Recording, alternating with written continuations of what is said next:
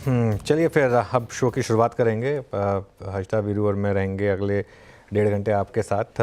और good afternoon आप दोनों को। गुड आफ्टरनून अनुज। एक चीज़ मैं आज सुबह डिस्कस कर रहा था कि ये जो वॉलेटिलिटी है ना, ये किसी के लिए अच्छी नहीं होती। आपको फ्राइडे को वो वॉलेटिलिटी अच्छी लग रही थी क्योंकि वो उसमें रिकवरी आ गई। अब आज बताइए, आज अच्छी लग रही है क्या ये वॉलेटिलिटी?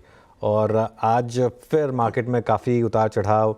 और एक चीज़ क्लियर है, ये जो मार्केट्स हैं इसमें खैर फ्राइडे को तो अलग लेवल का गेम हुआ था, वो कम्प्लीटली डिफरेंट है।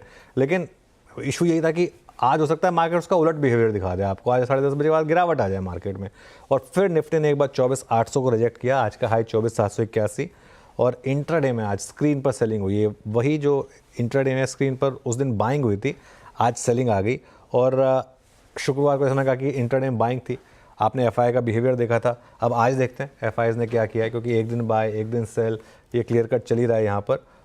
बस एक चीज़ मैं कहूँगा कि मिड कैप शेयरों में अच्छी रौनक है, लेकिन बात फिर वहीं आ जाती है कि ये इवेंचुअली अब हो क्या गया इस मार्केट में कि कुछ पूरी की पूरी मार्केट अब डिपेंडेंट हो गई है लार्ज प्लेयर्स किस तरीके से अब एल्गो यूज़ करके इस मार्केट को इन्फ्लुएंस कर रहे हैं।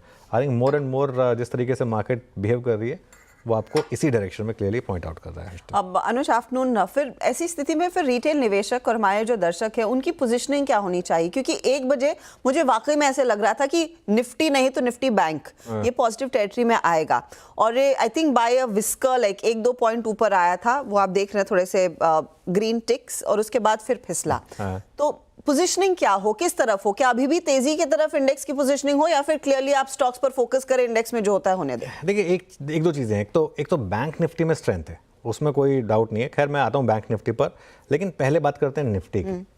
निफ्टी में 24,800 से 25,000 का एक जोन है, इसमें आपको नहीं फंसना है।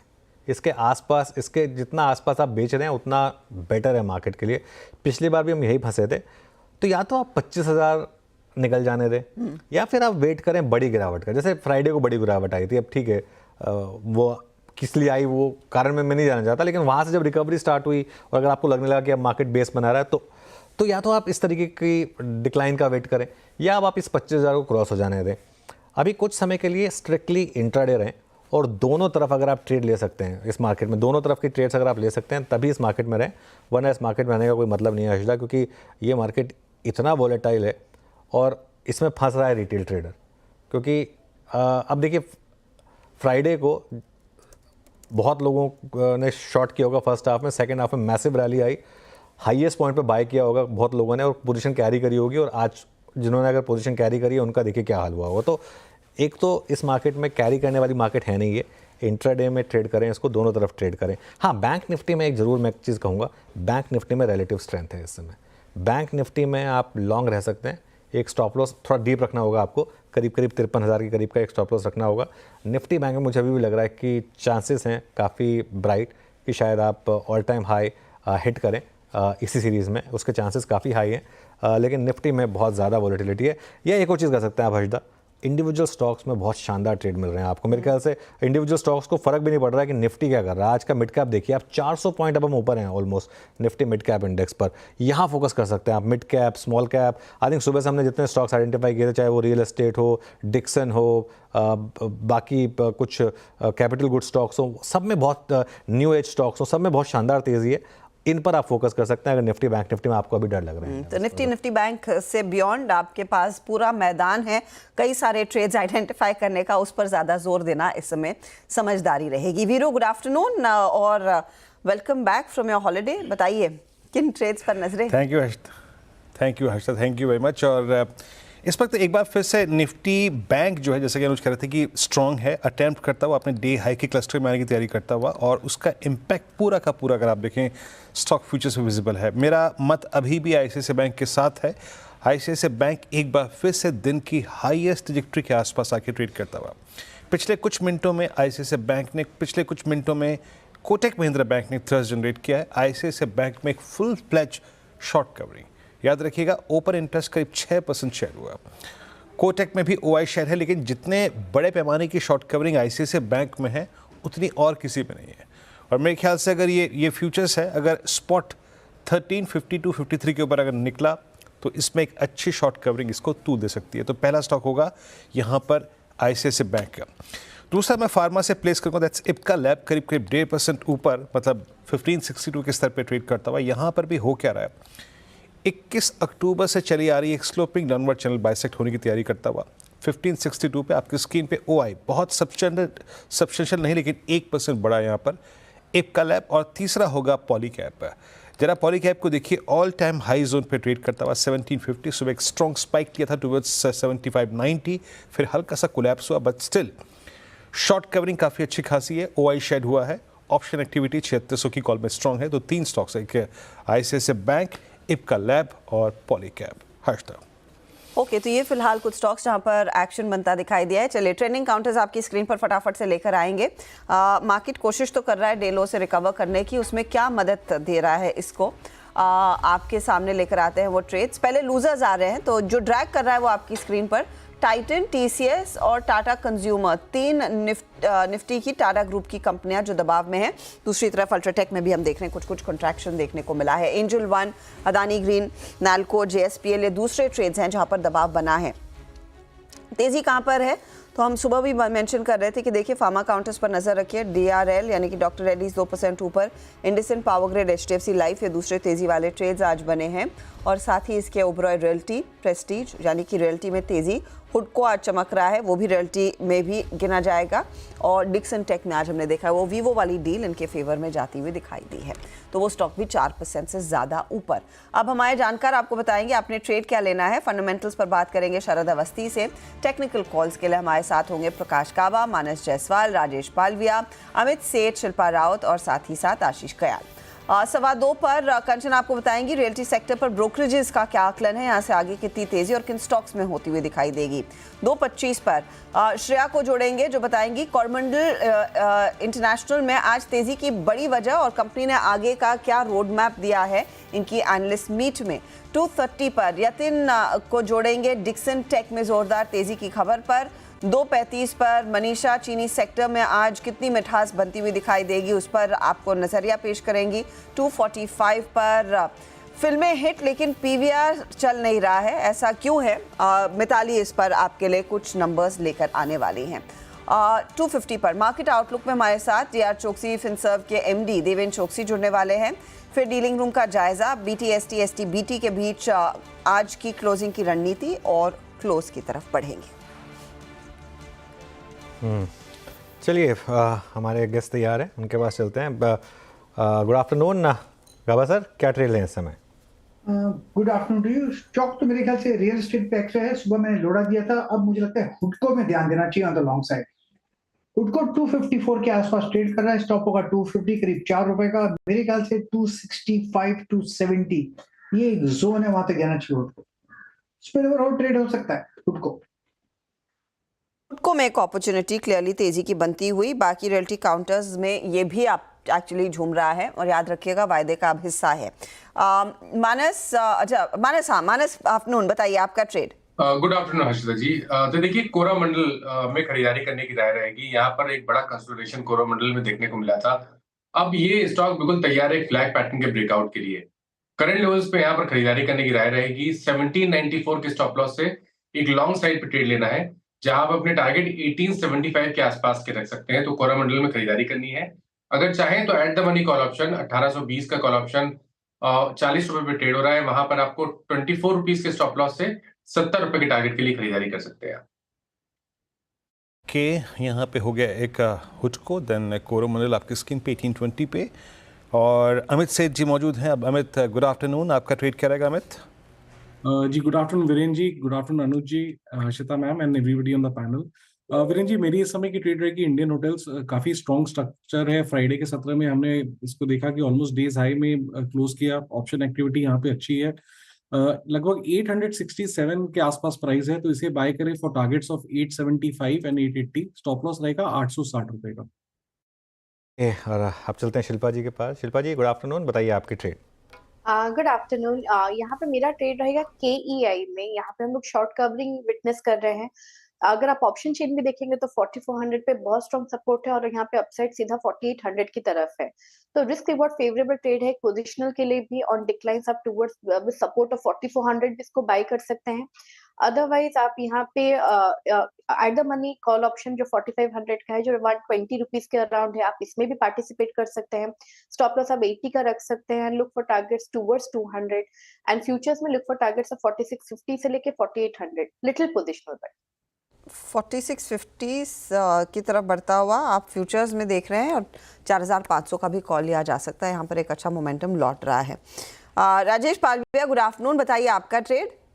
Good afternoon Harshita ji, good afternoon everyone. So real estate पे ही फोकस है और प्रेस्टीज एस्टेट पे यहाँ पे बाय करने की सलाह है। स्टॉक में एक स्ट्रॉन्ग बाइंग एक्शन आज देखने को मिला है। ओवरऑल पूरे सेक्टर में एक मोमेंटम अच्छा है। स्टॉक में अगर हम सेटअप देखें तो पिछले 5-6 दिनों से एक रेंज में स्टॉक ट्रेड करते हुए दिख रहा था। आज स्ट्रॉन्ग वॉल्यूम के साथ ब्रेकआउट बना है या लॉन्ग बिल्टअप यहाँ पे डेरिवेटिव डेटा में बनते हुए दिख रहे हैं। प्रेस्टीज स्टेट फ्यूचर्स के टारगेट हम प्रोजेक्ट कर रहे हैं यहाँ पे आना चाहिए करीब 1865 1870 की तरफ। डाउन साइड में स्टॉप लॉस होगा करीब 1815 के आसपास। ओके, प्रेस्टीज एस्टेट्स 1831 पे आके ट्रेड करता हूँ 90 पे डे हाई पर। मीनवाइल मेरे स्क्रीन पे स्टॉक आ रहा था, अभी मार्क कर देता हूँ यहाँ पे। Swiggy at day high at 570-560 और स्विगी का ये प्राइस जो है अभी ये इसका ऑल टाइम हाई भी अपने करियर के छोटे से अब तक के करियर पे सर्वोच्च तौर पर 8.25% ऊपर। शरद जी मौजूद हैं इस वक्त इस कार्यक्रम में। अब शरद जी नमस्कार, कार्यक्रम में स्वागत है आपका। आपका टॉप कॉल आज का? जी, हमारा टॉप कॉल होगा M&M financial, Mahindra and Mahindra financial corporate company अपने आप में पूरा ग्रुप ही काफ़ी रिस्ट्रक्चरिंग के थ्रू जा रहा है। M&M फाइनेंस में भी हमने पिछले एक आधी क्वार्टर में लगातार NPAs में इंप्रूवमेंट देखी है। कंपनी फॉरवर्ड में क्रेडिट कॉस्ट को कम करने की बात कर रही है और नए मैनेजमेंट टीम वगैरह के आने के बाद हम ये उम्मीद कर रहे हैं कि सेकेंड हाफ प्रोबेबली थोड़ा सा फर्स्ट हाफ से बेटर होगा, बट मेजर अपटेक हमको FY26 में देखने मिलेगी। तो लगभग आप उम्मीद कर सकते हैं कि 15 से 20% जैसी ग्रोथ एडवांसेस में कंपनी क्लॉक इन करेगी। Tractors as a segment most probably better perform करेगा और मेजर प्रॉब्लम जो इनकी क्रेडिट कॉस्ट की रही है वो जैसे जैसे ये कंट्रोल करते हैं तो जो प्राइस टू बुक मल्टीपल्स इनको मिलते हैं वहाँ पे भी इम्प्रूवमेंट होना चाहिए। तो हमारा ये अनुमान है कि अगले साल अर्निंग करीब 22-23 रुपए के आसपास आएगी, तो बुक वैल्यू 185-190 के आसपास होनी चाहिए। 2 का प्राइस टू बुक आसानी से मिल सकता है, तो 360 के लक्ष्य के हिसाब से M&M financial. Okay, M&M financials. और देखिए अभी एक कॉल्स पूरी करनी थी तो मैं यहाँ पे इस पे ले आया M&M फाइनेंशियल्स बातचीत और शरद जी के पास आया, लेकिन मैं लौटूंगा एक बार फिर से स्विगी पर। और आपको मालूम ही होगा स्विगी पर हम एडिटर स्टेक पर बातचीत करते ही आए हुए हैं इस मंच पे कि यू शुड बाय और टेबल पे बहुत कुछ जोड़ा है मैनेजमेंट ने और एक कंपैरेटिव एनालिसिस किया था जोमेटो के साथ।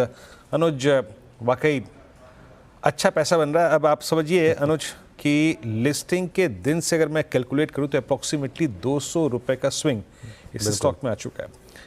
लग रहा है अब बाजार इसी पे आतुर है, इसी डिफरेंशियल को प्ले करने में, है ना?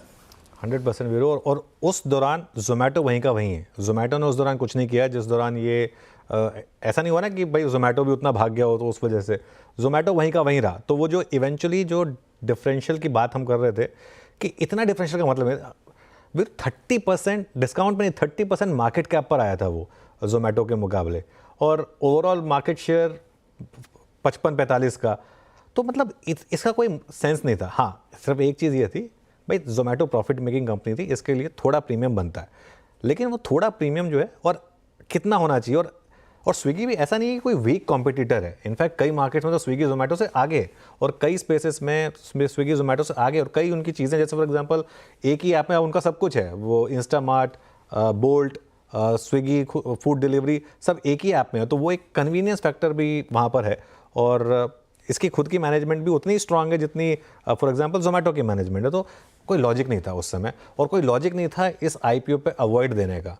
इस IPO पर इनफैक्ट सबसे अच्छा सब्सक्राइब बनता था, क्योंकि IPO इतना बड़ा था कि लोगों को भर भर के एलोकेशन मिला होगा। ये एक ऐसा IPO था जिसमें आपने अप्लाई किया, और हमारी ये बात हुई थी वीरू की लिस्टिंग पे भी पैसा बनेगा और अगर आप होल्ड करके रखेंगे तो तब भी पैसा बनेगा स्विगी में। I am not surprise. I think अब हम उस स्टेज पर आ गए हैं जहाँ पर वो गैप जितना फील होना चाहिए था वो हो गया है। अब यहाँ से कुछ टाइम के लिए शायद हो सकता है कि दोनों टैंडम में चलें, और उसके बाद हम स्विगी के नंबर्स देखेंगे। अगर स्विगी के नंबर्स में भी जोमेटो की तरह इंप्रूवमेंट आया तो आगे जाकर इन दोनों का मार्केट कैप ऑलमोस्ट सेम हो जाए तो मुझे हैरानी नहीं होगी। ऑब्वियसली उसमें टाइम लगेगा, उसमें और 2 साल का व्यू है, लेकिन ये मतलब मेरे ख्याल से बहुत शानदार मौका रहा इन्वेस्टर्स के लिए। एक अच्छे प्राइस पर एक अच्छा आईपीओ आया था। बेसिकली टेबल पर आप छोड़ेंगे ना अगर, तो वो आपको गुडविल भी मिलेगी और लोगों को भी पैसा बनाने का मौका मिलेगा। अच्छा, वाकई शरद जी आपका टेक इस वक्त, और आप स्विगी पे क्या टारगेट लेके चल रहे हैं? देखिए, अभी भी अगर आप टिपिकली कंपेरेबल वैल्यूएशंस के हिसाब से देखें तो 1 साल फॉरवर्ड पे लगभग कितना 7 टाइम्स EV टू सेल्स है। तो मुझे लगता है अभी भी जोमेटो के कंपैरिजन में 30% का डिस्काउंट है। तो जैसा अनुज भी अभी बोल रहे थे कि आइडियली एक सेमी परमिएबल मेम्ब्रेन जैसा ऑपरेट होना चाहिए, तो आप मान के चलिए कि यहाँ से एटलीस्ट 10-15% की अपसाइड तो और मिलनी चाहिए, सब्जेक्ट टू ऑब्वियसली कि जोमेटो की वैल्यूएशंस नीचे नहीं आ जाए। तो मुझे लगता है एक रिस्क ऑन एनवायरनमेंट चालू रहना चाहिए, तो कंजर्वेटिवली भी अगर आप लेके चलते तो हो सकता है यहाँ से 10-15% इम्प्रूवमेंट आपको दिखे स्विगी के प्राइसेस। चलिए अब एक न्यूज़ एड्रेस करते हैं जो आपकी स्क्रीन पर ब्रेक हो रही है। एनबीएफसी और माइक्रो फाइनेंस कंपनियों को मिल सकती है थोड़ी राहत। दिल्ली से हमारे सहयोगी लक्ष्मण रॉय एक बड़ी एक्सक्लूसिव लेकर आए हैं। लक्ष्मण जी, गुड आफ्टरनून, बताइए क्या है न्यूज़? जी गुड आफ्टरनून। दरअसल जो मुझे सूत्रों से जानकारी मिली है उसके मुताबिक सरकार जो ख़ास तौर से ऐसी कंपनियां हैं जो किसी से मान्यता प्राप्त नहीं है, अनरेगुलेटेड है, लेकिन वो लेंडिंग एक्टिविटी में है, यानी लोगों को छोटी छोटी कंपनियों को कर्ज मुहैया करा रहे हैं, तो ऐसी कंपनियों पर पाबंदी लगाने की तैयारी में है। और चूंकि ये सारा मामला काफ़ी हद तक रिजर्व बैंक के दायरे में आता है, तो रिजर्व बैंक और वित्त मंत्रालय के बीच में पहले सलाह मशविरा हुआ और फिर रिजर्व बैंक ने इसका एक ड्राफ्ट तैयार किया इस पूरे बिल का, जिसका नाम दिया है banning of unorganised lending activities. तो इसको बंद करने की बात की गई है। इसमें जो गैर मान्यता प्राप्त लेंडिंग कंपनियां हैं उस पर बैन लगाया जाएगा, ऐसी कंपनियों को फाइनेंस करने पर बैन लगाया जाएगा, ऐसी कंपनियों के विज्ञापन पर बैन लगाया जाएगा। इतना ही नहीं, इसके लिए आप कोई भी दूसरे संस्थाओं से कोई भी लेन देन नहीं कर सकेंगे, इस पर पूरी तरह से बैन लगाया जाएगा। इसके लिए एक अथॉरिटी बनाने का सुझाव दिया गया है। अथॉरिटी पूरा डेटाबेस रखेगी कौन कौन से रेगुलेटेड कंपनियां हैं जिनसे आप लेंडिंग कर सकेंगे। और इसका मुख्य मकसद ये है कि रिजर्व बैंक को भी और वित्त मंत्रालय को भी कई सारे इनपुट्स मिले, जहां पे ये देखने को मिला कि शहरों में ऐसे कुकुरमुत्ते की तरह कंपनियां निकल गई हैं जो बगैर केवाईसी किए, बगैर किसी नॉर्म्स का ध्यान में रखते हुए लोगों को कर्ज देती हैं, जो कर्ज में डूब चुके हैं उनको चुकाने के लिए कर्ज देती हैं। तो पूरा चेन बना हुआ है और इससे पूरे फाइनेंशियल सिस्टम पे काफ़ी बड़ा जोखिम हो रहा है, इसलिए इस बिल को लाने की तैयारी में सरकार है। तो एक बिल बेसिकली अंधाधुंध जो डिजिटल लेंडिंग हो रही है उस पर लगाम लगाने के लिए कुछ नियमों का पालन करना होगा, लेकिन एक बड़ी रिलीफ उस लिहाज से रहेगी स्पेशली लिस्टेड माइक्रो फाइनेंस कंपनियों के लिए, क्योंकि उनके लिए ऑफ कोर्स मार्केट राइप है और वो तमाम केवाईसी नियमों का पालन भी करते हैं। शरद, ये बंधन जैसे प्लेस, एयू स्मॉल फाइनेंस जैसे प्लेस जहां पर अच्छा खासा एक्सपोजर माइक्रो फाइनेंस लोन्स का है, एनबीएफसी लोन्स का है, क्या वहां पर एक अपॉर्चुनिटी बनती हुई दिखाई देगी? ऑफ कोर्स इसमें समय लग सकता है इस प्रस्ताव को पूरी तरह से फाइनल करने में, लेकिन क्या आपको लग रहा है वो बिजनेस क्लियरली शिफ्ट होता हुआ दिखाई देगा? बिजनेस क्लियरली कितना शिफ्ट होगा, देखिए वो तो समय के साथ पता चलेगा, क्योंकि अनऑर्गेनाइज सेक्टर का इतना डेटा अवेलेबल नहीं है, खास करके ये अनरेगुलेटेड वाला, कि वो कितनी लेंडिंग कर रहे हैं नहीं कर रहे। टोटल मार्केट की पाई के हिसाब से अगर वो लोअर वर्टिकल को लेंड कर रहे हैं, जो ऑब्वियसली क्रेडिट क्वालिटी इश्यूज है, तो उसमें बहुत ज्यादा कुछ इन बैंक्स या इन स्मॉल फाइनेंस बैंक्स या माइक्रो फाइनेंस या एमएसएमई बैंक्स को बहुत ज्यादा फायदा होगा, इसकी मैं उम्मीद नहीं कर रहा, क्योंकि मोस्ट प्रोबेबली ये जिस बैंड को लेंड कर रहे हैं वो वैसे भी क्रेडिट अप्रेजल में शायद वर्दी नहीं दिखेंगे। तो उस हिसाब से इनको कितना फायदा होगा वो मुझे डाउट है। बट हाँ, नॉर्मली मुझे लगता है कि जो फोकस है एमएसएमई और माइक्रो फाइनेंस पे गवर्नमेंट की तरफ से, रिसेंटली इकोनॉमिक एडवाइजर के भी हमने कई कमेंट सुने हैं, तो मुझे लगता है लॉन्ग टर्म ट्रैजेक्टरी के हिसाब से वो फोकस काफी क्लियर है कि माइक्रो फाइनेंस और एमएसएमई लेंडिंग एक इंटेग्रल पार्ट है अगर इंडिया को ग्रो करना है एक सर्टेन लेवल पे। तो मुझे लगता है फोकस वहां पे रहेगा। पिछले कुछ समय में एसेट क्वालिटी इश्यूज काफी सीवियरली नजर आए हैं, खास करके माइक्रो फाइनेंस लेड इंस्टीट्यूशंस में। तो मुझे लगता है अब ग्रेजुअली वहां पे थोड़ा इम्प्रूवमेंट आना चाहिए। फ्यूजन एक स्टॉक है जहां हमने काफी बड़ी करेक्शन देखी है, मैनेजमेंट काफी स्ट्रांग है, एनपीए के इश्यूज काफी सारे निकल कर आए हैं, बट मुझे लगता है जैसे जैसे ये राइट्स इशू होता है उसके बाद अब जिन वैल्यूएशंस पे लगभग अवेलेबल है, शायद 1 प्राइम प्राइस टू बुक के भी नीचे अवेलेबल है, तो जैसे जैसे ये इम्प्रूवमेंट आती है वहाँ पे काफ़ी बड़ा रनअप आ सकता है। सिमिलरली स्पंदना में बहुत बढ़िया करेक्शन आई हुई है, जैसा आपने बोला बंधन बैंक बड़े नाम में डाइवर्सिफाइड बुक है, और जिस तरीके की उनकी प्लानिंग है माइक्रो फाइनेंस और एमएसएमई को लगभग 1/3 तक ले जाने की, तो मुझे लगता है ग्रेजुअली अब जो मैनेजमेंट चेंज वगैरह भी होना था वो सब हो गया है। तो बंधन एक काफ़ी डिसेंट बेट हो सकती है, जहाँ मैं 300 सवा 300 तक के लक्ष्य देख रहा हूँ।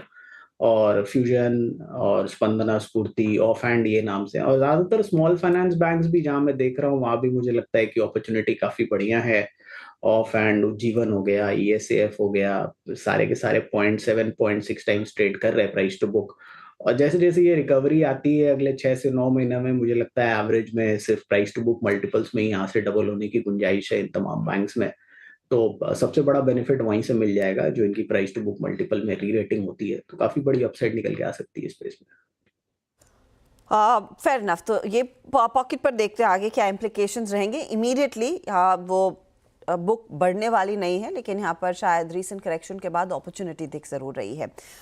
मार्केट के एक्शन की बात करें तो आज बड़ा जो मूव देखने को मिला है वो प्राइमरीली रियल एस्टेट सेक्टर में देखा गया है। 3 से 3.5% का इजाफा इंडेक्स दिखा रहा है। Across the board in stocks में तेजी बनती दिखाई दी है। और वजह क्या है? वजह यह है कि एचडीएफसी सिक्योरिटीज, और सिर्फ एचडीएफसी नहीं, पिछले हफ्ते भी आपको याद होगा कुछ और ब्रोकरेजेस भी इस समय रियल एस्टेट स्पेस को लेकर काफ़ी ऑप्टिमिस्टिक है, काफ़ी पॉजिटिव हैं। तो कंचन आज हमारे साथ जुड़ रही हैं जो बताएंगी कि एग्जैक्टली किन बातों को लेकर ऑप्टिमिज्म इस समय रियल्टी इंडस्ट्री में बढ़ रहा है। Yes, good afternoon first of all ma'am. अगर अब तक का हम चार्ट देखें रियलिटी सेक्टर का, तो वहाँ पे हमें अभी इस महीने में अभी तक 10% का रिटर्न ऑलरेडी देखने को मिल गया है। इनफैक्ट ईयर टू डेट का चार्ट देखा जाए तो वहाँ पे भी अप्रॉक्सीमेटली 43% का रिटर्न आता हुआ दिखाई दिया है। अब हम देखें कि 2025 का जो आउटलुक है वो काफ़ी ज़्यादा पॉजिटिव है रियलिटी सेक्टर के लिए। कहीं हम ये बात भी मान सकते हैं कि काफ़ी सारे प्रोजेक्ट जो है वो पाइपलाइन में है, लेकिन उनको अप्रूवल नहीं मिला है, लेकिन उम्मीदें जताई जा रही है कि मीडियम टर्म में और लॉन्ग टर्म में यहाँ पे एक अप्रूवल आता हुआ दिखाई देगा। तो रियलिटी सेक्टर की जो चाल है वो हमें और भी तेज होती हुई दिखाई देगी। इनफैक्ट जो घरों की डिमांड है, हम देख रहे हैं कि डेली बेसिस पे वो कितनी ज़्यादा बढ़ती जा रही है, जिसके चलते डायरेक्टली जो रियल एस्टेट कंपनीज हैं उनको अच्छा खासा बूस्ट मिलता हुआ दिखाई दे रहा है। और यही नहीं बल्कि इन घरों की डिमांड पूरा करने के लिए जो कंपनीज हैं उनके पास काफ़ी सारा हेड स्पेस भी बाकी है, जहाँ से ये पॉजिटिव आउटलुक बन रहा है। इनफैक्ट ग्रेड ए डेवलपर्स जो है उनका दबदबा भी आगे चल के बाजार में कायम रहने की उम्मीदें जताई जा रही है। और मीडियम और लॉन्ग टर्म के पर्सपेक्टिव से देखा जाए तो आउटलुक काफ़ी ज़्यादा पॉजिटिव है। इसके चलते जो एचडीएफसी सिक्योरिटीज़ है उन्होंने काफ़ी सारे स्टॉक पिक किए हैं। सबसे पहले स्टॉक का नाम है प्रेस्टीज ई स्टेट, जहाँ पे खरीदारी की राय दी गई है और जो टारगेट प्राइस है दैट इज 2060 रुपीज़। ये इनका कहना है कि आगे चल के काफ़ी सारे प्रोजेक्ट जो है वो कंपनी लॉन्च करने वाली है, जहाँ से इनके रेवेन्यू में एक अच्छा खासा हमें बूस्ट आता हुआ दिखाई देगा।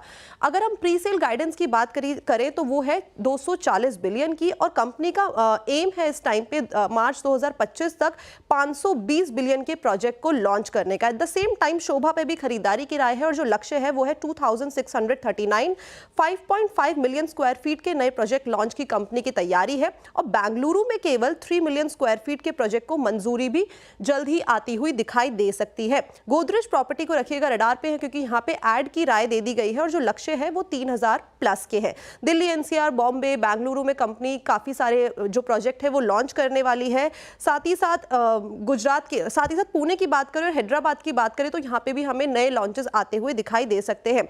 और एक चीज जो आपको ध्यान में रखनी है कि गोदरेज प्रॉपर्टी पोर्टफोलियो अपने पोर्टफोलियो में अप्रॉक्सीमेटली 13.9 मिलियन स्क्वायर फीट के नए डील जोड़ सकती है।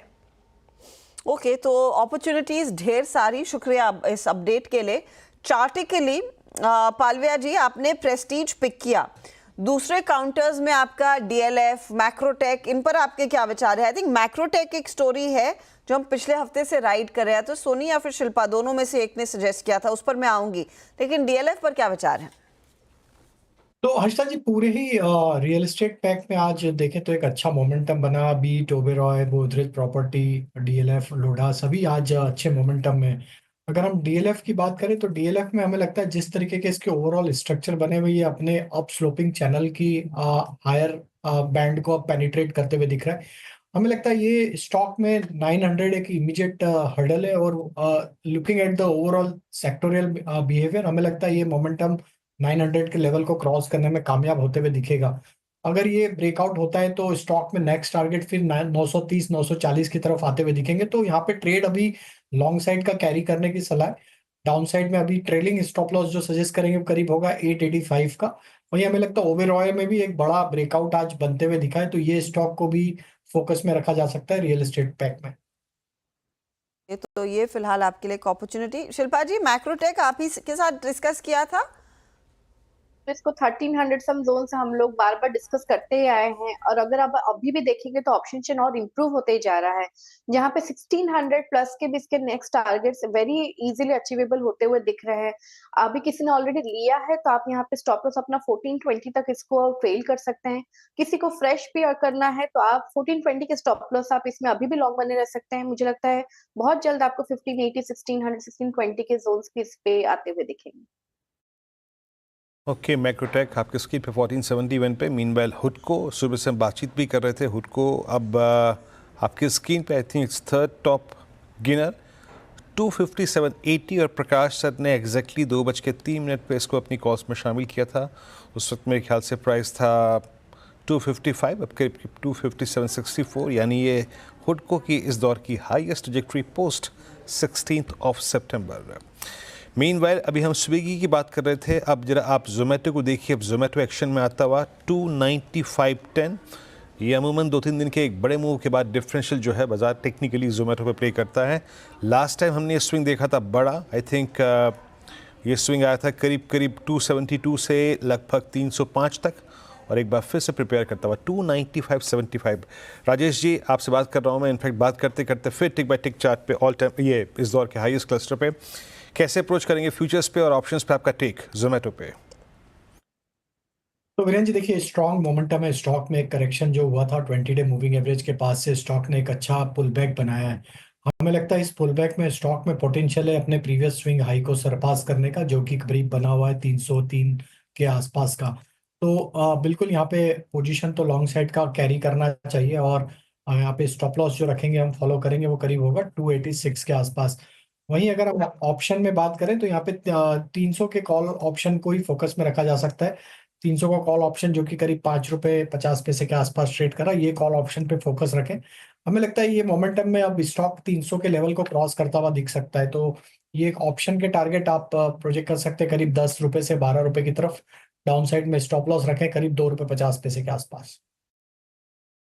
ओके, डे हाई पर जोमेटो आके ट्रेड करता हुआ हुडको, और एक और स्टॉक लिखिए, दैट्स आई थिंक कोरोमंडल। आपकी स्क्रीन पे इट्स 1826, और कोरोमंडल का ये जो आज का मूव है ये इसको अपने करियर के सबसे सर्वोच्च स्तरों पे लेके आ गया है।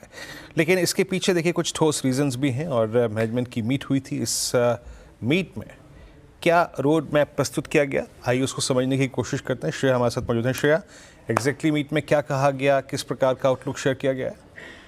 बिल्कुल, कोरोमंडल की मैनेजमेंट मीटिंग थी और कई बड़ी बातें कही गई है इस मैनेजमेंट मीटिंग में। कंपनी ने ग्रोथ रोड मैप दिखाया है अपना, और कंपनी का मानना है कि बैकवर्ड इरिगेशन से, साथ ही कैपेसिटी एक्सपेंशन से फिनेंशियल ईयर 2028 तक एबिटा पर टन जो है वो 40% तक ग्रो हो सकता है। साथ ही यूपी और एमपी मार्केट में, स्पेशली सेकेंडरी और टर्शियरी मार्केट में कंपनी अपनी प्रेजेंस बनाएगी, क्योंकि कंपनी की ज़्यादातर प्रेजेंस जो है वो साउथ इंडिया में है। दक्षिण भारत में 800 से ज़्यादा स्टोर्स है, उस पर और डिटेल में मैं आपको बताऊंगी। लेकिन यूपी और एमपी में कहीं ना कहीं प्रेजेंस कम है, तो वहाँ प्रेजेंस बनाने की ओर कंपनी काम करेगी। साथ ही फोर्टिफाइड एनपीके फर्टिलाइजर्स में अच्छी ग्रोथ की संभावनाएं हैं, तो कंपनी उस पर भी फोकस अपना बढ़ाएगी। डोमेस्टिक क्रॉप प्रोटेक्शन पर भी कंपनी नज़र रखेगी, क्योंकि वहाँ पे जो टारगेट है वो 1 से 5% तक ले जाने की बात कही गई है कंपनी ने। इसके अलावा फंगीसाइड और हर्बिसाइड पर भी कंपनी काम करेगी, क्योंकि ये दो जो सेक्टर इस पे और एक्सप्लोर करना बाकी है, फंगीसाइड और हर्बिसाइड पर। एक्सपोर्ट के मोर्चे पर बात करें तो अफ्रीका और लैटिन अमेरिका में ज़्यादा संभावनाएं कंपनी को दिख रही है, तो एक्सपोर्ट के लिहाज से अफ्रीका और लैटिन अमेरिका कंपनी के रडार पर रहेगा। साथ ही जो मैंने स्टोर्स की बात कही, दक्षिण भारत में कंपनी के 800 से ज़्यादा स्टोर्स हैं और ज़्यादातर 98% उसमें से प्रॉफिटेबल हैं। अब कंपनी 2-3 साल में अपने स्टोर्स को दो गुना करने की बात कह रही है, जिससे भी इस पूरे काउंटर में हमें अच्छा खासा मूव देखने को मिल रहा है। अब आते हैं नैनोडैप पे। देखिए, नैनोडैप का मार्केट शेयर 40% है और इस लिहाज से कंपनी नैनोडैप पर शिफ्ट होने की सोच रही है। लॉन्ग टर्म के लिहाज से नैनोडैप बहुत ही अच्छा है। वैसे तो हमारे CNBC आवाज़ के दर्शक बहुत ही बुद्धिमान है, समझदार है, लेकिन फिर भी जिनको नैनोडैप का मतलब पता नहीं, उनके लिए नैनोडैप एक नैनो टेक्नोलॉजी बेस्ड सिस्टम है जिससे प्लांट में नाइट्रोजन और फास्फोरस डाला जाता है। ओके, तो कई सारी अपॉर्चुनिटीज, नैनो DAP में अच्छा मौका, अपने फुटप्रिंट को बढ़ाने पर कंपनी जोर दे रही है। फंगिसाइड, हर्बिसाइड दोनों में एक अच्छी खासी पकड़ कंपनी की है और उसे बढ़ता हुआ दिख रही है। और भारत ही नहीं, एक्सपोर्ट मार्केट भी जोरदार है। कई सारी चीज़ें उभर कर आई हैं इस पर्टिकुलर एनालिस्ट मीट में। कोरोमंडल पर एक 1820 वाला कॉल आपकी स्क्रीन पर रखते हैं, क्योंकि वही मानस ने सुझाया था जब कार्यक्रम की हमने शुरुआत की। उसमें मोमेंटम आई एम श्योर देखने को मिल रहा है, क्योंकि स्टॉक उन्हीं लेवल्स के आसपास अब पहुंच चुका है। 1819 के करीब ट्रेड करता हुआ इस समय कैश में। लेकिन शरद, फंडामेंटली इन हाइलाइट्स को आपने भी सुना है, आपकी क्या एनालिसिस रहेगी कोरोमंडल इंटरनेशनल पर?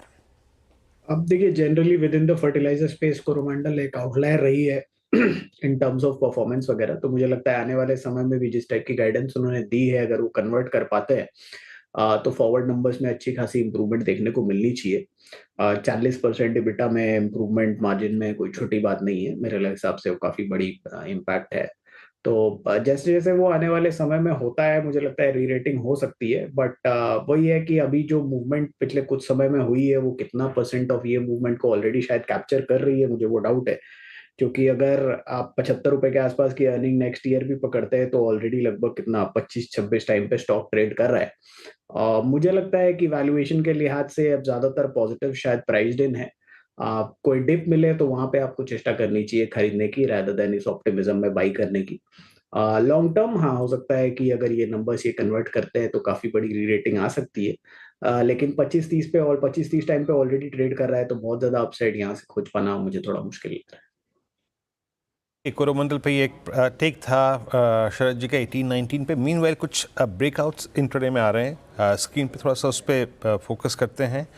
एक बार प्लीज़ ज़रा लेके आइएगा आयशर मोटर्स, आपकी स्क्रीन पर डे हाई की ट्रेजेक्ट्री में आके ट्रेड करता हुआ। शिल्पा जी, अगर आपने प्लीज़ इसको नोटिस किया हो, हालांकि अभी भी बहुत बड़े कंजेशन जोन में है, but still with in that zone मेरे को जो चीज़ इम्प्रेस कर रही है कि आज के इस मूव में इसने 10 और आई थिंक 50 को पार किया, 20 को पार किया, और कल की हायर शेडो में, यानी परसों जिस प्राइस पे सेटल नहीं हो पा रहा था, आज वो सस्टेन करता हुआ। आपका टेक मैम, कुछ पॉसिबिलिटी है यहाँ पे एक स्विंग निकालने की? जी बिल्कुल वीरेंद्र जी, अगर आप देखेंगे तो आयशर मोटर का ये जो रेंज है 4800 से 5000, ये हमेशा बहुत ब्यूटीफुली प्ले होता है। जब तक ये 4800 सस्टेन करता है कि चांसेस आर वेरी है कि आपको 4950 से 5000 5050 के भी लेवल्स आते हुए मिलेंगे। तो किसी को अगर ये प्रीएम्प्ट करना है और थोड़ा इसमें प्ले लेना है अभी, तो 4900 का कॉल ऑप्शन जो रफली 48-49 रुपीज में ट्रेड कर रहा है, आप इसमें पार्टिसिपेट कीजिए। स्टॉप लॉस यहाँ पे 20 रुपए का मेंटेन कीजिए। लुक फॉर टारगेट्स ऑफ 75 से लेके 90, और फ्यूचर्स में अगर आप कर रहे हैं तो 4800 के जस्ट नीचे 4780 का आप एक स्टॉप लॉस मेंटेन कर सकते हैं एंड स्टे लॉन्ग। मुझे लगता है 4950 से 5000 इसके लेवल्स आने चाहिए। बाकी आयशर मोटर्स में बातचीत करते करते ये स्विंग थोड़ा सा और शार्प हो रहा है, और कुछ काउंटर्स जो कि अच्छा मूव दे रहे हैं उसमें ज़रा प्लीज़ एक बार रखिएगा इंडियन होटल्स। हालांकि मैं ट्रेड नहीं लूँगा क्योंकि ये ट्रेड में जा चुका है, तो ये अभी भी फिर आके डे हाई पे ट्रेड करता हुआ। मिड कैप बैंकिंग में ज़रा एक बार आप रखिएगा यूनियन बैंक का चार्ट, करीब 1.5% ऊपर 129.27। मानस, अगर आपने थोड़ी अपना टाइम डिवोट किया हो इस स्टॉक पे, इस स्ट्रक्चर पे, मुझे याद आ रहा है वो 6 अगस्त यानी अगस्त का फर्स्ट वीक जब इसमें एक ब्रेकडाउन हुआ था, इसमें एक गैप डाउन हुआ था, एक गैप परसिस्ट करता है यहीं पर ही, और उसी गैप में एग्जैक्टली प्लेस्ड है आपका 200 डे एक्सपोनेंशियल मूविंग एवरेज। मानस, इस बार अगर यूनियन बैंक, मैं सिर्फ डे प्रोस्पेक्टिव से नहीं, मैं थोड़ा सा लंबे मतलब एक 2-3 दिन के प्रोस्पेक्टिव से बात कर रहा हूँ, अगर ये 130 का जोन बाइसेक्ट हो गया, पॉसिबिलिटी 145-50 की है क्या मानस इसमें? बिल्कुल है वीरेंद्र जी। देखिए, यहाँ पर ट्रेंड पॉजिटिव है, हाई टॉप हायर बॉटम्स का ट्रेंड है। स्टॉक करेक्ट हुआ था, 200 मूविंग एवरेज पे सपोर्ट लिया, फिर बाइंग वहां से देखने को मिली है। मेरे ख्याल से इस बार पिछले स्विंग हाई जो कि 130 रुपए 50 पैसे के आसपास है, उसको ब्रेक करके 140 से 142 की रेंज में जाने की कोशिश करेगा स्टॉक। तो अगर एक ट्रेड पोजिशनली लेना होगा तो करंट लेवल्स पे भी आप खरीदारी कर सकते हैं। स्टॉप लॉस आपको 124 का लगाना है, 136 और 142 142 के टारगेट के लिए। ओके 136 142 के लिए एक मौका आपको दिख रहा है यूनियन बैंक में। आपकी स्क्रीन पर लेकर आते हैं कैपिटल गुड्स वाले 2-3 काउंटर्स। एक तो जीमेंस देखिए करीब इसमें थोड़ा सा करके मोमेंटम आता हुआ दिखाई दे रहा है। दूसरा कमेंस था जिसमें आज सुबह से ही थोड़ी थोड़ी करके हरकत देखने को मिल रही थी। कमेंस अभी भी करीब करीब आपके लिए 2% ऊपर है। जीमेंस के स्टॉक भी आपकी स्क्रीन पर लेकर आएंगे, वहाँ पर भी थोड़ा सा मौका मिला है। ABB में भी थोड़ी सी हरकत देखने को मिल रही है। अब तीनों में प्रेफर्ड ट्रेड अमित आपके लिए क्या बनता दिखाई देगा? जहां पर ज्यादा वॉल्यूम है उस पर ज्यादा फोकस करना है? जी मैम, अगर तीनों का हम स्ट्रक्चर देखें तो यहाँ पे एबीबी का स्ट्रक्चर काफी पॉजिटिव है। In fact ABB and Cummins both better है, but between the two I like ABB. सुबेरे से यहाँ पे ऑप्शन एक्टिविटी काफी स्ट्रांग है, अपने की मूविंग एवरेजेस के ऊपर ट्रेड कर रहा है और एक 7800 का इसका पिवट रेजिस्टेंस था। स्टॉक ने आज उसको भी इस सत्र में क्रॉस कर लिया है। ऑलरेडी 2.5% अप है, बट अगर किसी को पोजीशन बनानी है तो 7800 का स्टॉप रखें फॉर टारगेट्स ऑफ 8100। मीनवाइल कुछ स्टॉक्स में अच्छे मूव्स हैं आज। एक बार आप लेकर आइए अतुल लिमिटेड। तो क्लियरली कुछ केमिकल स्टॉक्स में मोमेंटम आना शुरू हुआ है। अतुल लिमिटेड आएगा आपकी स्क्रीन पर डे हाई पर। और एक बार नायका देखते हैं ज़रा। नायका डे हाई पर आया। नायका में मूव्स अच्छे हैं। शिल्पा जी, नायका में कोई ऑप्शन पकड़ा जाएगा क्योंकि मोमेंटम बहुत स्ट्रांग है यहाँ पर? जी बिल्कुल अनुज जी, नाइका अगर ये 175 176 के ऊपर सस्टेन करता है तो इसमें ज्यादा एक बड़ा ब्रेकआउट आपको आते हुए मिलेगा। लेकिन क्योंकि मोमेंटम बहुत स्ट्रांग है तो अगर किसी को प्रीएम्प्ट करना ही है तो आप यहाँ पे 180 का कॉल ऑप्शन जो रफली ₹2 में ट्रेड कर रहा है, ज्यादा कुछ खोने के लिए नहीं। आप इसको एक मिनिमम एक 50 पैसे के स्टॉप लॉस आप इसको ट्रीट कीजिए, थोड़ा टाइम दीजिए। तो मुझे लगता है कि ये अगर 176 के ऊपर नाइका सस्टेन कर जाता है तो आपको बहुत क्विक मूव टूवर्ड्स 181 182 आएगा। तो इसमें आपका ये ऑप्शन टूवर्ड्स 4 से लेके 5 तक भी मूव कर सकता है। तो क्योंकि थोड़ा प्रीएम्प्ट करना है तो थोड़ा कम प्रीमियम वाला आप इसमें रिस्क ले सकते हैं। बिल्कुल, कॉल ऑप्शन ले लें। इसमें 180 का फ्यूचर ना लें भले ही, और 2 का 4 होने के भी अच्छे चांसेस हैं यहाँ पर। ये बात हो गई नायका की। इसका एक बार ज़रा मैं अपडेट देख रहा था कि इसमें 52 वीक हाई 230 का था। 230 का 52 वीक हाई था। हालांकि ये स्टॉक अब चला है काफ़ी जब से एफएनओ में आया तब से, लेकिन इसका जो हाई था 23 अगस्त 2024 को था 230 का। वहाँ से इसमें करेक्शन हुई थी जैसे सब स्टॉक्स में हुई थी। तो अभी भी अपने हाई से करीब करीब ऑलमोस्ट 25% दूर है ये स्टॉक। खैर मैं ये नहीं कह रहा हूँ कि वहाँ तक जाएगा, लेकिन ये एक और रीज़न है कि इस तरीके के मूव्स आप इन स्टॉक्स में देख रहे हैं। गावा सर, अतुल की बात भी की थी मैंने। अगर अतुल का चार्ट आप देख सकें, अतुल लिमिटेड, ये जो केमिकल स्टॉक्स है, क्योंकि ये केमिकल स्टॉक्स में मूव्स नॉर्मली जब आते हैं तो इसी तरीके से आते हैं। कोई व्यू स्टॉक पर? Well basically chart structure okay है, थोड़ा करेक्शन हमने देखा है, लेकिन लोअर लेवल्स में सपोर्ट है अतुल 7200। ये बहुत ही अच्छा स्ट्रॉन्ग सपोर्ट जोन है। ट्रेड कर रहा है 7325। क्या यहाँ से ले सकते हैं? बिल्कुल ले सकते हैं। स्टॉक टारगेट होगा 7500 का, स्टॉप होगा 7275। तो रिस्क वॉट रेशियो फेवर में एक ट्रेड बनता है long side Atul. Spill over trade है 7500 के लिए, otherwise near term target 7425। Okay, Atul limited 7330 पैके ट्रेड कर रहा है, मूव अच्छे जनरेट करता हुआ। मीनवाइल निफ्टी एक बार फिर से 24674 के स्तर पे आता हुआ। मतलब अगर मैं देखूं तो पोस्ट 12 बजे के बाद की जो हाईएस्ट ट्रैजेक्टरी है उसमें एक बार फिर से जाने की कोशिश करता हुआ। And same is the case with Nifty bank, करीब करीब 53615।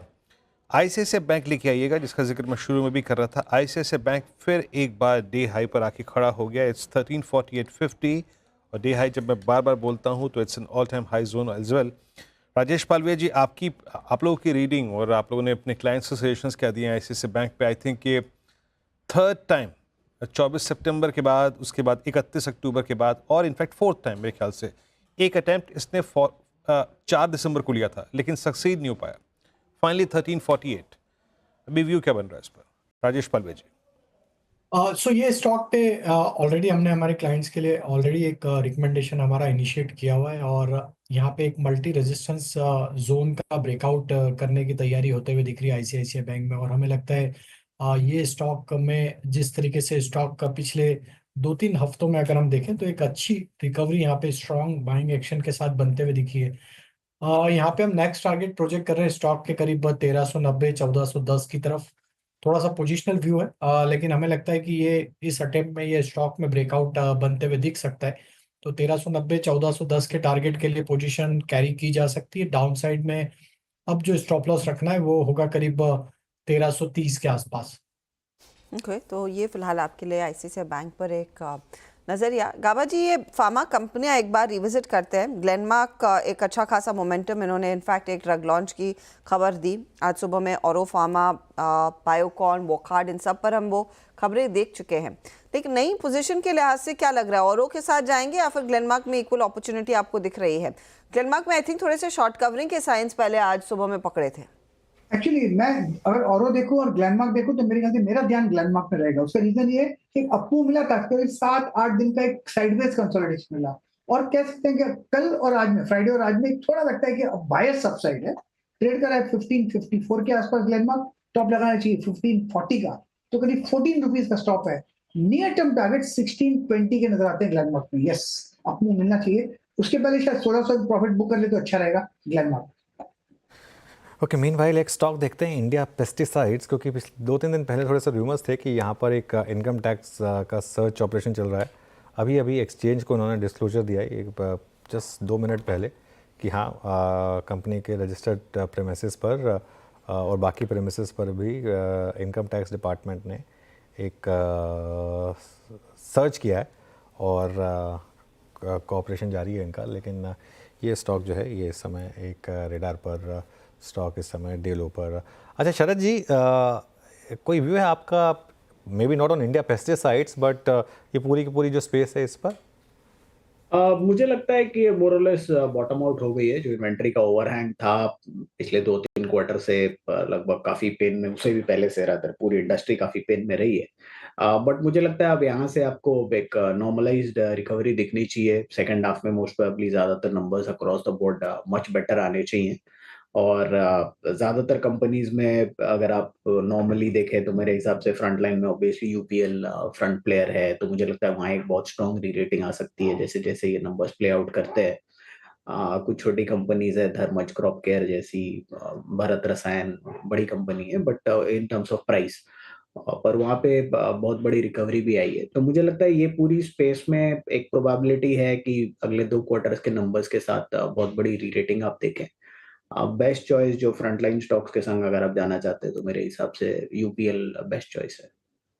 ओके, यूपीएल एक बेहतर चॉइस। इंडिया पेस्टिसाइड्स कहता हुआ कि हाँ, कई कुछ ठिकानों पर आयकर की छानबीन हुई है और उसके डिटेल्स एक्सचेंजेस पर आए हैं। निफ्टी बैंक आपकी स्क्रीन पर रखते हैं।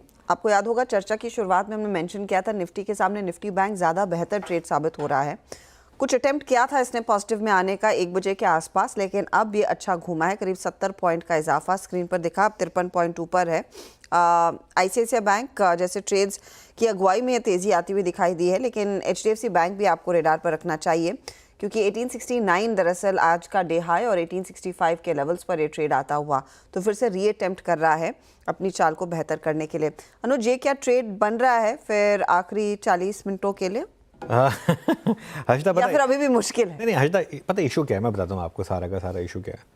अब एफआईज, ये जो हेज फंड्स हैं, इनके मुंह में खून लग चुका है। इनको समझ में आ गया है कि अब इस मार्केट में किस तरीके से आप 3-4 स्टॉक्स पे मूव करके पूरी की पूरी मार्केट को हिला सकते हैं। और काफ़ी कुछ हुआ क्या है ना कि ऑफ लेट हमारी मार्केट इतनी डिपेंडेंट हो गई है इनके मूवमेंट्स पर, इसके लिए। वरना जैसे आज सुबह भी हम बात कर रहे थे, सारे के सारे स्टॉक्स का एक जैसा चार्ट था फ्राइडे का। अगर आप देखें सब स्टॉक्स का एक जैसा चार्ट था। एक चीज़ है लेकिन आईसीआईसीआई बैंक में स्ट्रेंथ है। आज सुबह मैं और वीरू बात कर रहे थे कि अगर आईसीआईसीआई बैंक यहाँ बंद हो जाता है तो ये इसके करियर का ऑल टाइम क्लोजिंग हाई होगा, और इंट्राडे में भी ऑल टाइम हाई के हम काफ़ी करीब हैं आईसीआईसीआई बैंक में। आई थिंक 1364-1365 के करीब वो हाई था, 20 सितंबर को लगा था। जो 20 सितंबर ही वो दिन था जिस दिन मार्केट ने पीक बनाया था निफ्टी ने, उसके बाद से वो करेक्शन की शुरुआत हुई थी। तो क्लियरली काफ़ी हद तक एचडीएफसी बैंक का मूव आ चुका है। अब थोड़ा सा डिफरेंशियल जो बाकी वो आई थिंक शायद आईसीआईसीआई बैंक पूरा करे। और जो मेरा एक व्यू रहा है कि हम शायद दिसंबर में बैंक निफ्टी पर ऑल टाइम हाई हिट करें।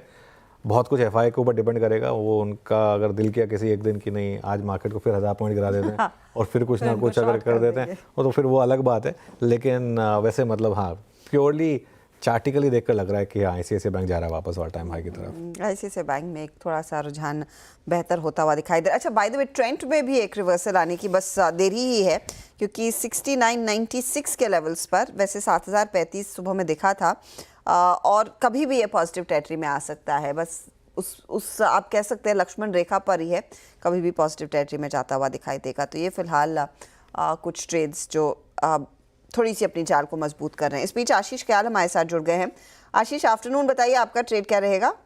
हाँ देखिए हर्षदा जी, ओवरऑल जो बाजार का रुझान है वो पॉजिटिव लग रहा है। यहाँ से मेरे ख्याल से बाइंग इमर्ज हो सकती है और ऐसे में चलते हुए एक स्टॉक है जो सुबह से ही आउट परफॉर्म कर रहा है, वो है कोरोमंडल में। यहाँ पर अगर आप देखेंगे तो बहुत ही स्ट्रॉन्ग ब्रेकआउट आ रहा है डेली चार्ट पे।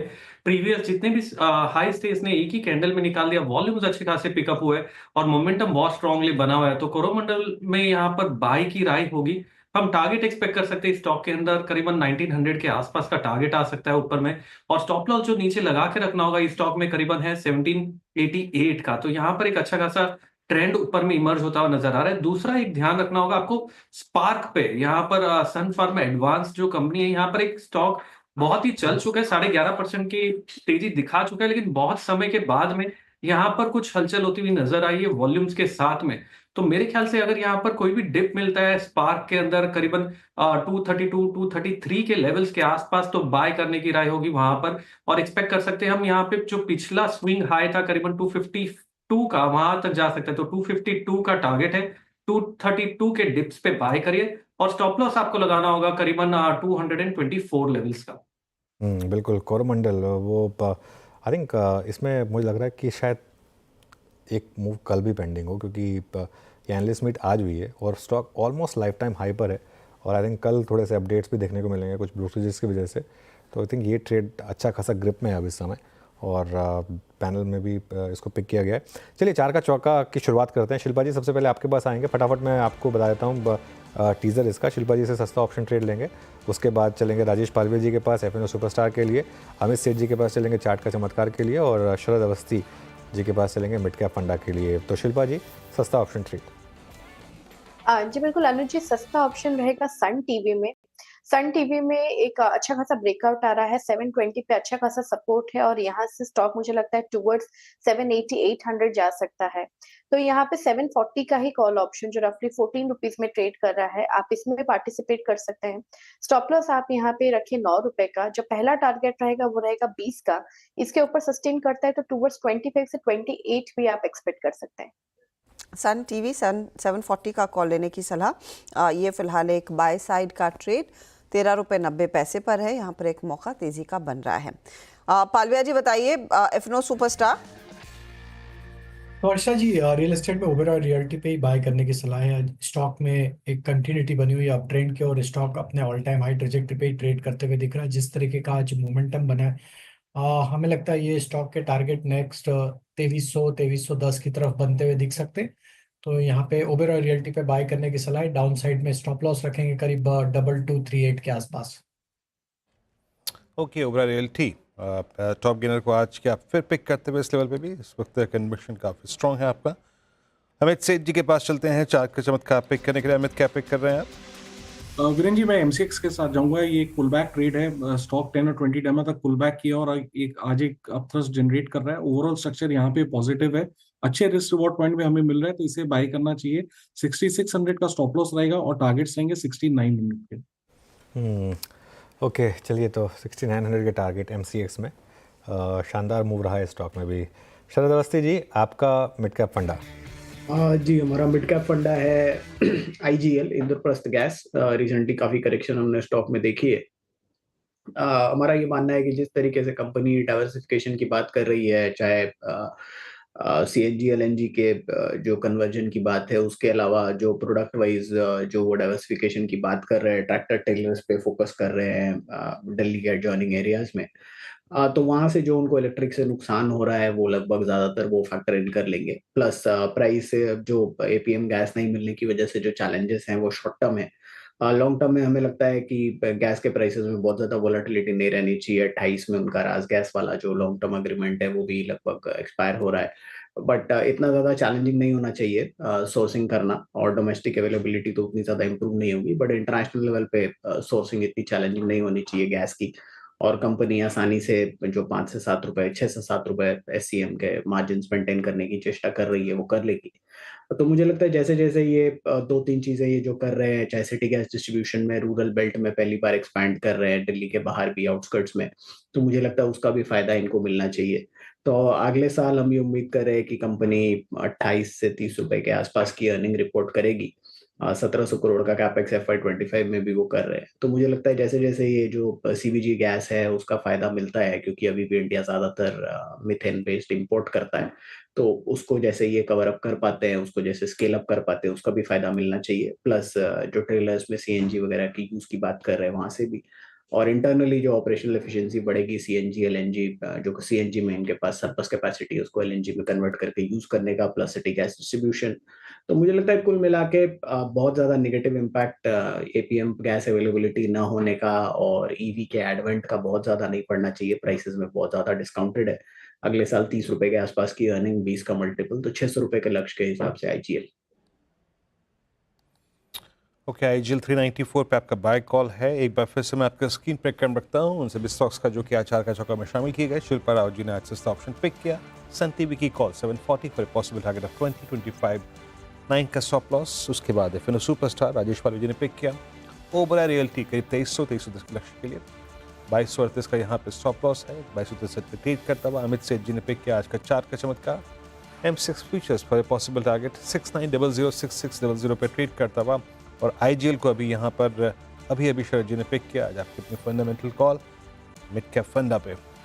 मीनवाइल निफ्टी 24680 पे मतलब ठीक ठाक ट्रेजेक्ट्री, मतलब अपना कॉन्फिडेंस रीगेन करता हुआ, लेकिन Nifty bank at day high, और निफ्टी बैंक अगर इस प्राइस पे क्लोज हो गया तो शायद पोस्ट आई थिंक 27 सितंबर ये सबसे हाईएस्ट क्लोज होगा। तो एटलीस्ट वो जो बात हम बहुत देर से कर रहे हैं और जो बात कह रहे थे कि निफ्टी बैंक ज़्यादा स्ट्रांगली प्लेस्ड है वर्सेस निफ्टी के, और निफ्टी को ड्रैग करने में आज पूरा योगदान निफ्टी IT का है। 381 अंक नीचे इस वक्त निफ्टी IT ट्रेड करता हुआ।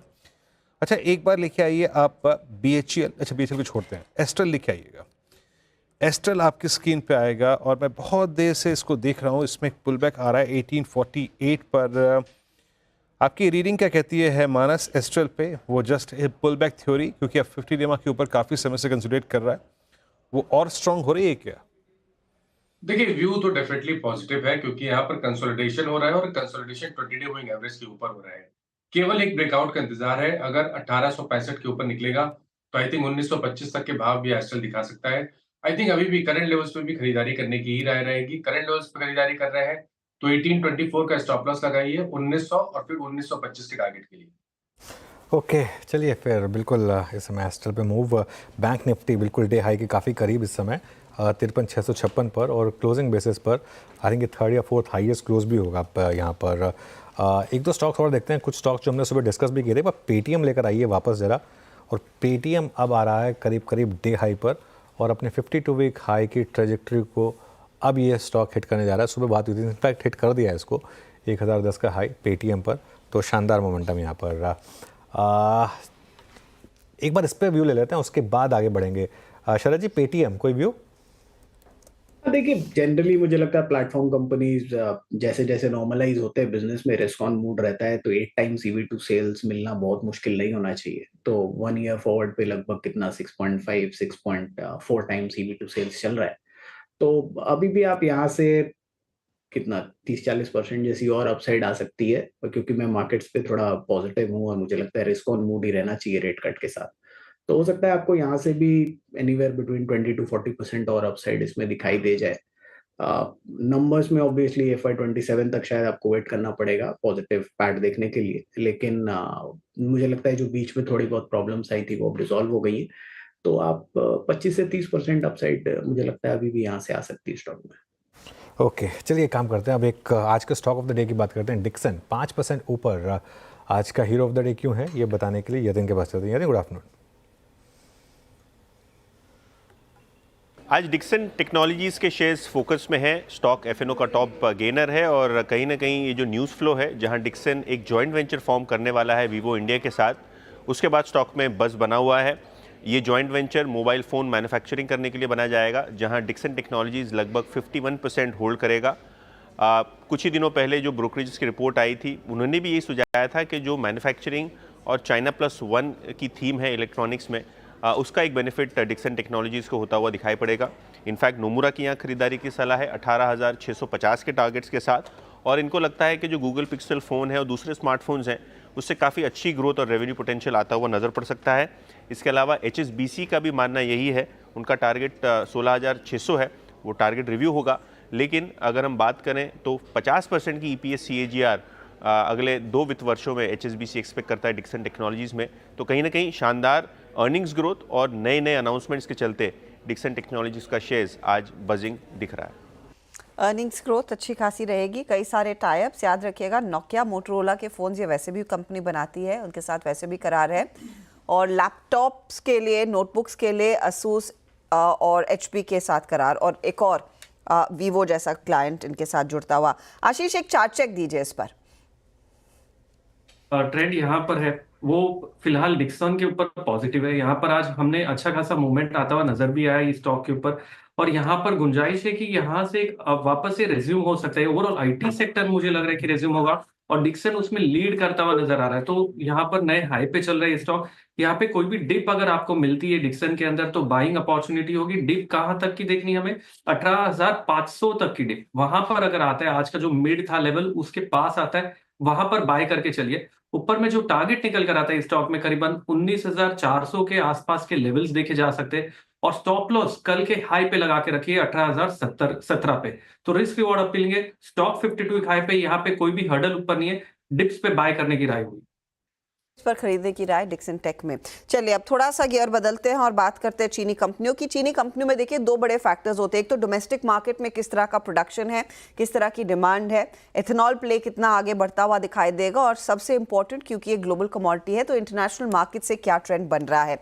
और इंटरनेशनल मार्केट्स में सबसे बड़ा बाजार दरअसल ब्राजील का है। कमोडिटी एक्सपर्ट्स, इक्विटी एक्सपर्ट्स सब देखते हैं कि ब्राज़ील से क्या डेटा पॉइंट्स निकल कर आ रहे हैं, तो उसी की चर्चा करेंगे क्योंकि हमारी कमोडिटी एडिटर मनीषा अभी ब्राज़ील से लौटी हैं, तो वहाँ का जायज़ा लेकर आई हैं, फील ऑफ द लैंड जो हम कहते हैं लेकर आई हैं। मनीषा, किस तरह का आलम है और आपकी ट्रिप कैसी रही? ट्रिप बहुत बढ़िया रही, एंड ब्राज़ील थोड़ा दूर है, लेकिन उसके अलावा बहुत दूर है, थोड़ा नहीं है। लेकिन द पॉइंट बीइंग हर्षा कि पिछले अक्टूबर तक यहाँ पर जिस तरह का मौसम हम ब्राज़ील में बनता हुआ देख रहे थे, पिछले 20 सालों में सबसे बुरा ड्राउट एंड वाइल्ड फायर्स हमने यहाँ पर बनते हुए देखी थी। लेकिन जब तक मैं ब्राज़ील में थी ऑलमोस्ट एवरीडे यहाँ पर बारिश हो रही थी, तो क्लियरली ये एक बड़ा फैक्टर है जिसकी वजह से हमने चीनी के प्राइसेस में थोड़ी सी कमज़ोरी आते हुए देखी है। अगर इस साल आप इंटरनेशनल मार्केट्स देखें तो हमने 24 सेंट्स पर पाउंड का हाई देखा है, 17.5 का लो देखा है, और फिलहाल हम 20 पर यहाँ पर ट्रेड कर रहे हैं। यानी कि हम इस साल के हाई और लो के थोड़ा सा बीच में अटकते हुए नजर आए हैं।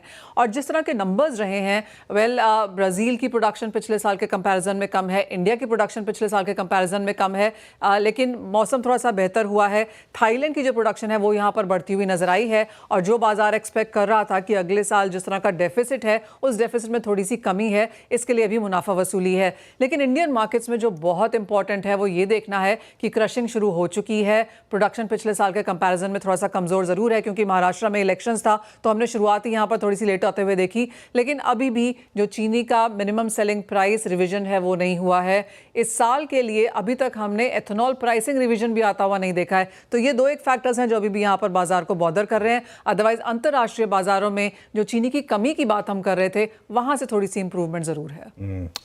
बाकी सब तो ठीक है मनीषा जी, लेकिन ब्राज़ील गई वो भी बारिशों में।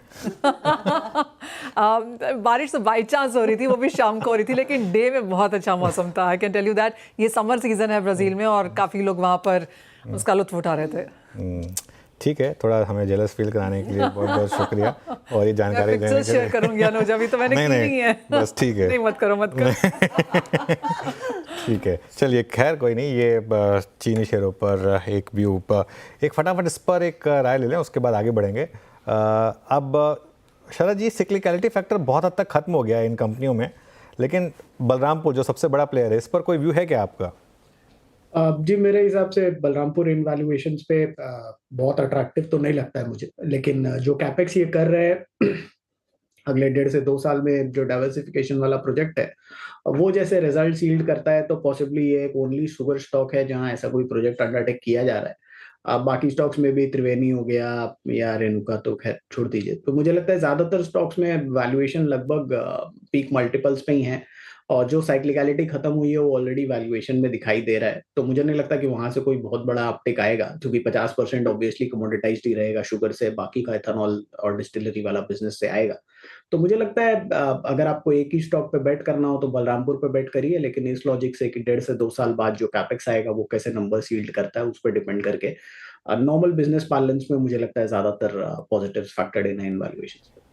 ओके चलिए एक काम करते हैं, एक और स्टॉक की बात करते हैं। आपने सीएनबीसी आवाज़ पर पिछले 3 महीनों में लगातार मेरे मुंह से ये सुना होगा कि पिक्चर्स हिट लेकिन ये share flop, multiplex share PVR INOX एकदम फ्लॉप, और ख़ास तौर से ऐसे टाइम पे जब हम बैक टू बैक, जी हाँ पिछले 1 साल में back to back Indian market ने 5 बार रिकॉर्ड पिक्चर्स देखी, चाहे पठान हो, फिर गदर 2, जवान, स्त्री 2 और अब पुष्पा। लेकिन एक शेयर जो 1800 की टिकट और 1200 के पॉपकॉर्न के बाद भी चलने को तैयार नहीं है, वो है पीवीआर।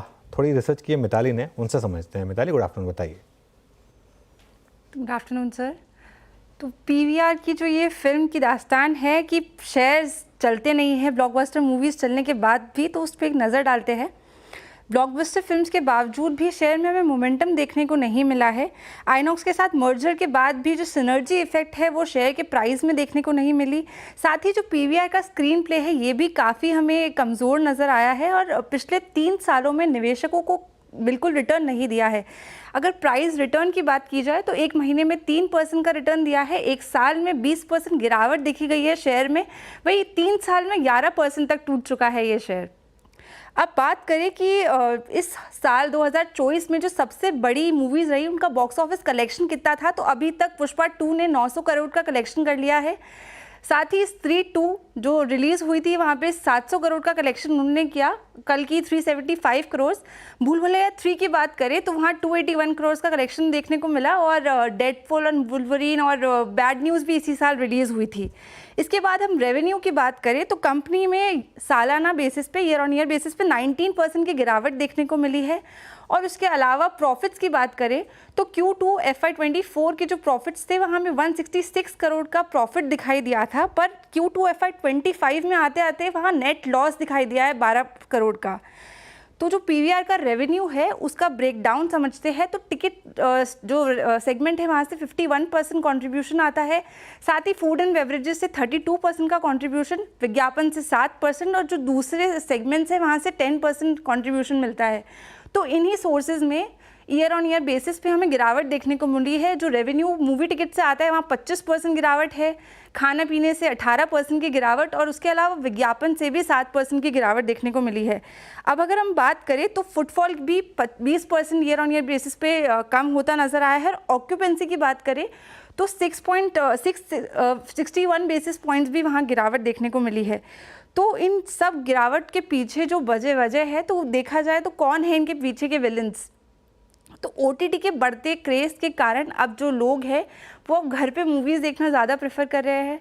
साथ ही डिस्ट्रीब्यूशन कॉस्ट में भी बढ़ोतरी नज़र आई है, और प्रॉफिट शेयरिंग में भी यहाँ पे बढ़ोतरी नज़र आई है। इसके अलावा फूड एंड बेवरेजेस का जो रेवेन्यू है जैसे हमने देखा वो सालाना बेसिस पे कम होता हुआ नज़र आया है।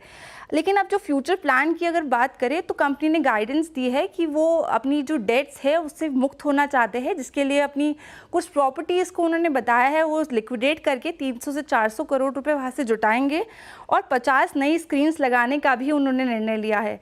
तो ये थे पीवीआर आइनॉक्स के कुछ इनसाइट, जिससे थोड़ा बहुत हमें आइडिया लगा है कि क्यों ब्लॉकबस्टर मूवीज़ चलने के बाद भी शेयर में हमें मोमेंटम देखने को क्यों नहीं मिलता। बिल्कुल, बहुत सही एनालिसिस मिताली इस समय। और बात पिक्चर्स की हो रही है तो Harshita, Veeru, I don't know अगर आप लोगों ने एक पिक्चर देखी थी, बहुत अंडररेटेड पिक्चर थी, बहुत अच्छी पिक्चर थी, अब तक 56, नाना पाटेकर की जो फिल्म थी, है ना। तो और उसके अलावा एक और पिक्चर आई थी नाना पाटेकर की, टैक्सी नंबर 9211, वो भी बहुत अंडररेटेड और बहुत शानदार पिक्चर थी। तो उसका एक सीन आपको बताता हूँ। उसमें नाना पाटेकर नीचे आते हैं, उनका बेटा फील्डिंग कर रहा होता है, तो वो अपने बेटे से पूछते हैं कि क्या कर रहे हो? बोला पापा क्रिकेट खेल रहा हूँ। बोले क्रिकेट तो खेल रहे, कर क्या रहे हो? बोले फील्डिंग कर रहा हूँ। बोले बैट किसका है? बोले तुम्हारा। बोले तो बैटिंग करो। तो बोलते हैं कि सचिन बनने का, कैफ नहीं बनने का। तो इस समय पीवीआर नहीं बनने का, बेसिकली एक्टर बनने का, अच्छा, या फिर प्रोड्यूसर बनने का, क्योंकि पैसा वो लोग कमा रहे हैं और जब तक फनल में कुछ बचता नहीं है शायद पीवीआर के लिए, और यही आपको स्टॉक प्राइस इस समय बता रहा है। एक क्विक इस पर टेक लेते हैं। बैन में वैसे ये स्टॉक आज बैन से बाहर आने की तैयारी कर रहा है। गावा सर, कब चलेगा स्टॉक? पता नहीं कब चलेगा, मुझे लगता है पॉपकॉर्न खा खा के लोग थक गए। ट्रेड कर रहा है 1475 पर, जगह अच्छी है बाउंस करने की, अगर बाउंस करेगा तो, क्योंकि लोअर लेवल करीब 1460 के आसपास पीवीआर में सपोर्ट है। अगर वो समझ जाता है तो एक थोड़ा अपमूव मिल सकता है। मैंने कहा थोड़ा अपमूव, ज्यादा अपमूव नहीं, तो वो ले आ सकता है 1520 का एक रिएक्टिव अपमूव मिल सकता है, क्योंकि स्ट्रक्चरली वीक है। एक बाउंस एक्सपेंशन हो सकता है, लेकिन ये लिमिटेड बाउंस कह सकते हैं, म्यूटेड बाउंस हो सकता है जो 1520 1540 तक। ओके, चलिए काम करते हैं, अब एक छोटा सा ब्रेक लेते हैं और उसके बाद ब्रेक है ना आज, उसके बाद देवेन चौकसी हमारे साथ जुड़ेंगे, उनसे बात करेंगे।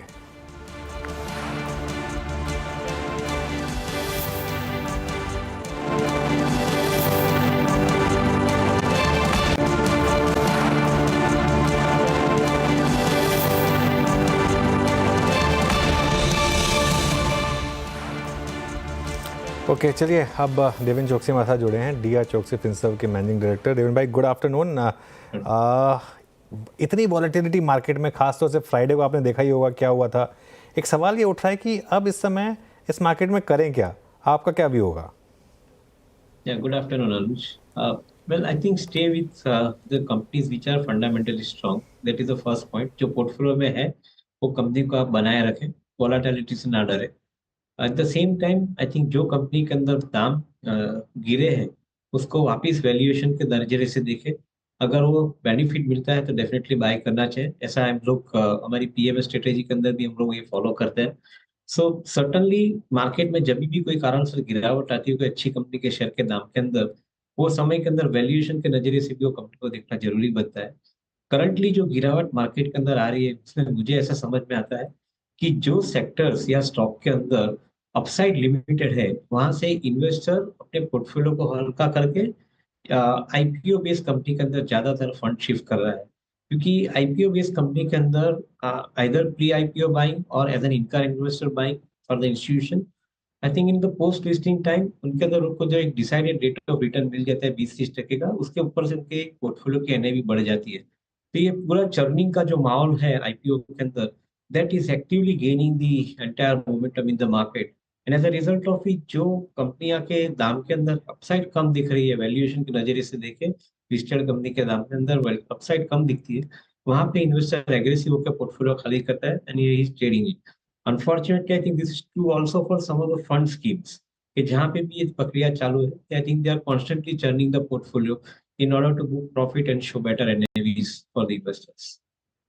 तो चर्न बड़ा देखने को मिल रहा है फिर, लेकिन देवेन जी फिर सवाल यही है कि इस चर्न में किस तरह के ट्रेड्स, किस तरह के आइडियाज को आइडेंटिफाई करें, उनको बैक करना शुरू करें, क्योंकि एक दिन बैंक चलते हैं, 2-3 दिन बाद नहीं चलते। डिफेंसिव काउंटर्स की धुलाई हो रही थी, फिर आज थोड़ा सा पिकअप देखने को मिला है। आपने इनफैक्ट इस टर्न में लेटली क्या पिकअप किया है, कहाँ पर एक्सपोजर बढ़ाया है? हर्षदा, मार्केट में मोमेंटम बना रहता है वो एक हकीकत है और हम वो हकीकत को आगे लेके चलते हैं। जो कंपनी हमें फंडामेंटली स्ट्रांग दिख रही है उसके अंदर recently since you asked me the question with the disclaimer I am putting that answer कि Bajaj housing finance, Tata technology जैसी कंपनियां हैं जिसके अंदर दाम में गिरावट आने के साथ में एक अपॉर्चुनिटी बनती है, क्योंकि उसके लॉन्ग टर्म फंडामेंटल्स काफी स्ट्रांग है। और हमें जहां तक इन्वेस्टमेंट का कॉन्फिडेंस बनता है, मार्केट में जब भी भाव में गिरावट आती है और उनके लॉन्ग टर्म फंडामेंटल स्ट्रांग दिखते हैं, वो टाइम पे हम जुट के उसके अंदर खरीदारी कर लेते हैं, क्योंकि that is where I think we make maximum money for our clients और इन्वेस्टर्स इन फॉलोइंग पीरियड। हम मार्केट के मोमेंटम के साथ में मार्केट में ट्रेड नहीं करते, हम ज्यादातर वैल्यू जहाँ पे दिखती है वहां पे इन्वेस्टमेंट करना ज्यादा पसंद। देवेन जी नमस्कार, वीरेंद्र बोल रहा हूँ। और ये जेम्स एंड ज्वेलरी स्पेस में, ज्वेलरी स्टॉक्स में आपकी प्रेफर्ड बाय क्या होगा? मतलब एक तो कन्वेंशनल, एक सीधे सीधे ज्वेलरी कंपनी जैसे कल्याण, क्योंकि एक बहुत स्ट्रॉन्ग मैरिज सीजन गुजरा है ये और इनफैक्ट जा रहा है, या फिर टाइटन जहां पे आपको दूसरे बिजनेसेस का एक्सपोजर मिलेगा like watch and eyewear? But recent past में हमने कल्याण में ज़्यादा स्ट्रॉन्ग मूव देखा है, आपका झुकाव किस तरफ है? Good afternoon Virendra. I think हम लोग ने बिजनेस का स्टडी अच्छी तरह से किया बट इन्वेस्टमेंट पोजीशन नहीं ली है। दो तीन चीजें उसके लिए। एक तरफ आई थिंक जो कंपनियां गोल्ड ज्वेलरी के साथ में जुड़ी हुई है उनके हाथ में गोल्ड की fluctuation her time I think बनी रहती है, तो एक इन्वेस्टर के लिए डिफिकल्ट हो जाता है क्योंकि इन्वेस्टर कैलकुलेट नहीं कर पाता है कि उसकी कितनी इन्वेंट्री के अंदर उसको मार्क टू मार्केट पोजीशन आएगी। सो ये एक डिफिकल्ट चैलेंज है यहाँ पे। अदर देन गोल्ड ज्वेलरी की जो बिजनेसेस है उसके अंदर भी हम देखते हैं कि either the companies are actually I think having the end to end manufacturing and selling or they are only their buyers as far as I think the trading is concerned, so they buy from others and sell to the customer. तो ये दोनों प्रक्रिया के अंदर आई think the margin का हमेशा एक question mark रहता है which is not certain for us. So that is the reason for which I think we find that ourselves not very comfortable buying into this particular business, even though we like the discretionary power of the consumer who is spending money. Particularly आपने जो mention किया कि wedding season के अंदर spending हो रही है, हमें वो अच्छी तरह से पसंद है। बट आई थिंक जहाँ तक ये कंपनी के मार्जिन की अनसर्टेनिटी रहती है वो हमें नहीं समझ में आती है और इसके हिसाब से हम उसके वैल्यूएशन को जस्टिफाई नहीं कर पाते इन्वेस्टमेंट करने के लिए। So to a greater extent I think our view remain simple कि जहाँ पे वैल्यूएशन आपको न समझ में आए वहाँ पे मार्केट मोमेंटम के साथ में रहने दीजिए स्टॉक को। आई थिंक इन्वेस्टमेंट पोर्टफोलियो के लिए ना कंसिडर करें। बिल्कुल। अच्छा, स्विगी के आईपीओ ने बड़ा पैसा बनाकर दिया है इन्वेस्टर्स को और 390 रुपये का वो आईपीओ था, आज हम ऑलमोस्ट उससे 200 रुपये ऊपर खड़े हैं। अब यहाँ पर क्या व्यू होगा, क्योंकि जब ये आया था तब बहुत बड़ा डिस्काउंट था, अब ऑब्वियसली काफ़ी हद तक वो डिस्काउंट ट्रिम हुआ है between itself and Zomato. Swiggy पर इस समय आपका अब क्या व्यू होगा? सो एक तरफ अनुज ये क्विक कॉमर्स बिजनेस का और कंज्यूमर टेक बिजनेस का जो फंडामेंटल प्रोस्पेक्ट्स है वो हमें बहुत अच्छा लग रहा है। सो अनडाउटेडली लाइक्स तो स्विगी जोमेटो दोनों के अंदर हम ऐसा दिख रहा है कि I think going forward the road map for growth is very very clear for this companies. But whether this is true for the profits and the profitability of this companies, वहाँ पे एक थोड़ा आंसर क्वेश्चनेबल भी हो जाता है क्योंकि जैसे जैसे आप बिजनेस के अंदर कमोडिटाइज होते देखते हो वहाँ पे प्राइसिंग प्रेशर आना चालू होता है, वहाँ पे रेगुलेटरी कंसर्न आने स्टार्ट हो जाते हैं। तो ये चीज हमें फूड डिलीवरी बिजनेस के अंदर देखने को मिल रही है। कंपनियों ने अपने डिलीवरी चार्जेस बढ़ाए हैं but at the same time I think they are inviting the regulatory concerns now. So to a greater extent we believe कि यहाँ पे जो चार्जेस बढ़े वो प्रॉफिटेबिलिटी शायद इतनी इम्प्रूव नहीं कर पाएंगे गोइंग फॉरवर्ड, और अगर शुरुआत में हुई है तो सस्टेन नहीं कर पाएंगे, ऐसा हमारा एक मानना है। दूसरी तरफ जो दूसरे उन्होंने डाइनिंग आउट ऑप्शंस है या एंटरटेनमेंट ऑप्शंस है जैसे जोमेटो के अंदर है, या B2B बिजनेस का एक हाइपर मॉडल है जो delivery I think the larger quantity of the commodities particular food commodities, तो उनका एक जो मॉडल है कॉमर्स का जो मॉडल है, ये मॉडल के अंदर हम अच्छी संभावना देखते हैं ग्रोथ की। प्रॉफिट सस्टेन हो गया तो अच्छी बात है, नहीं होता है तो शायद इसके अंदर वैल्यूएशन महंगे पड़ेंगे। आज की तारीख में स्विगी का वैल्यूएशन और जोमेटो का वैल्यूएशन दोनों को मिला के हम देखें तो शायद आई थिंक लगभग 3.5 लाख करोड़ के आसपास के वैल्यूएशन के अंदर ये दो कंपनियां ट्रेडेड होती देख रहे हैं। मे बी मैं समझता हूँ कि थोड़ा शायद ज्यादा 3.5 लाख थोड़ा कम फिगर है, मेरे ख्याल से 4 लाख के ऊपर वैल्यूएशन दोनों कंपनी का मिला के देखे तो रहेगा। मैं मानता हूँ कि ये शायद आई थिंक एक्सपेंसिव प्रोपोजिशन रहेगा at this point of time, unless market gives decisive price correction. Even though they are good business, I think we will not be comfortable buying in the group. थोड़ा सा आप सावधान रहेंगे। Real estate side पर देवेन आपकी क्या सलाह होगी इस समय? क्या एक्सपोजर ले रहे हैं, बढ़ा रहे हैं? क्योंकि रियल्टी में जो तेजी है उसमें एक ना एक थोड़ी सी एंटिसिपेशन ये भी है, उम्मीद ये भी है कि फरवरी में रेट कट साइकिल की शुरुआत होगी और उससे फिर शायद होम लोन डिमांड और ओवरऑल इस सेक्टर के लिए डिमांड बढ़ती हुई दिखाई देगी। However, we've not seen it deteriorate at all, despite the fact कि आसमान छूते यहाँ पर रियल एस्टेट के दाम हैं। तो मैं इसको हाउसिंग बिजनेस को दो पार्ट में डिवाइड करता हूँ, एक प्रीमियम हाउसिंग है और एक एफोर्डेबल और मास हाउसिंग है। जो प्रीमियम हाउसिंग का जो है उसको ये रेट कट से कोई ज़्यादा फर्क नहीं पड़ता है क्योंकि I think that is a category belong to I think the ultra rich segment of the customer. वहाँ पे I think some of the premium markets like Mumbai, Bangalore, Delhi NCR. I think they are all some of the premium markets के जहाँ पे they probably have higher amount of I think demand continuing for the premium housing. जो mass housing है and there after affordable housing है, उसके अंदर मैं बात समझता हूँ कि EMI कम होने से, यानी रेट ऑफ इंटरेस्ट कम होने के बाद EMI कम होने से एक शायद थोड़ा बेटर डिमांड का एनवायरनमेंट बनना चाहिए। ये आने में समय लगेगा क्योंकि रेट कट की साइकिल एक बार इंप्लीमेंट करते हैं तो उसको लगभग 6 क्वार्टर तक का समय देना पड़ता है in order to percolate down to the end customer. तो उसके लिए आपको एक समय लगेगा, बट डेफिनेटली मैं मानता हूँ कि real estate story remains I think a fundamentally strong story. Valuation I think individual company to company आपको देखने पड़ेंगे। Maybe I think corrective market and a cheaper valuation at some point of time will be a better sensible out of opportunity buy करने के लिए stock. Devendra जी बहुत बहुत शुक्रिया, आप इस कार्यक्रम में शामिल हुए, सभी इंडस्ट्रीज पे, सेक्टर्स पे, स्टॉक्स पे अपनी राय रखी आपने, बहुत बहुत शुक्रिया। अब आते हैं इंडेक्स पे, इट्स 24667, निफ्टी फिर भी एक सम्मानजनक स्थिति पे जाता हुआ और निफ्टी बैंक बहुत ही स्ट्रॉन्ग। हालांकि याद रखिएगा ये इस दौर का हाईएस्ट क्लस्टर नहीं होगा क्योंकि अब हम वहाँ से करीब 100 अंक नीचे हैं जो लगभग अब से 20-30 मिनटों पहले हाल था। बट अनुज स्टिल इस प्राइस को कैसे रीड करेंगे, कल के लिए अप्रोच, लेवल्स टू वॉच? मेरे देखिए मैं अप्रोच वही रहेगी जो मैंने बात फ्राइडे को ही बोली थी। फ्राइडे को बहुत टेम्पटेशन हुई होगी लोगों की लॉन्ग कैरी करने की, क्या हुआ होगा सोचिए। तो ये मार्केट अब प्योर डे ट्रेडर्स का मार्केट बन गया है। इस मार्केट में अब बहुत कुछ मूव्स आ रहे हैं।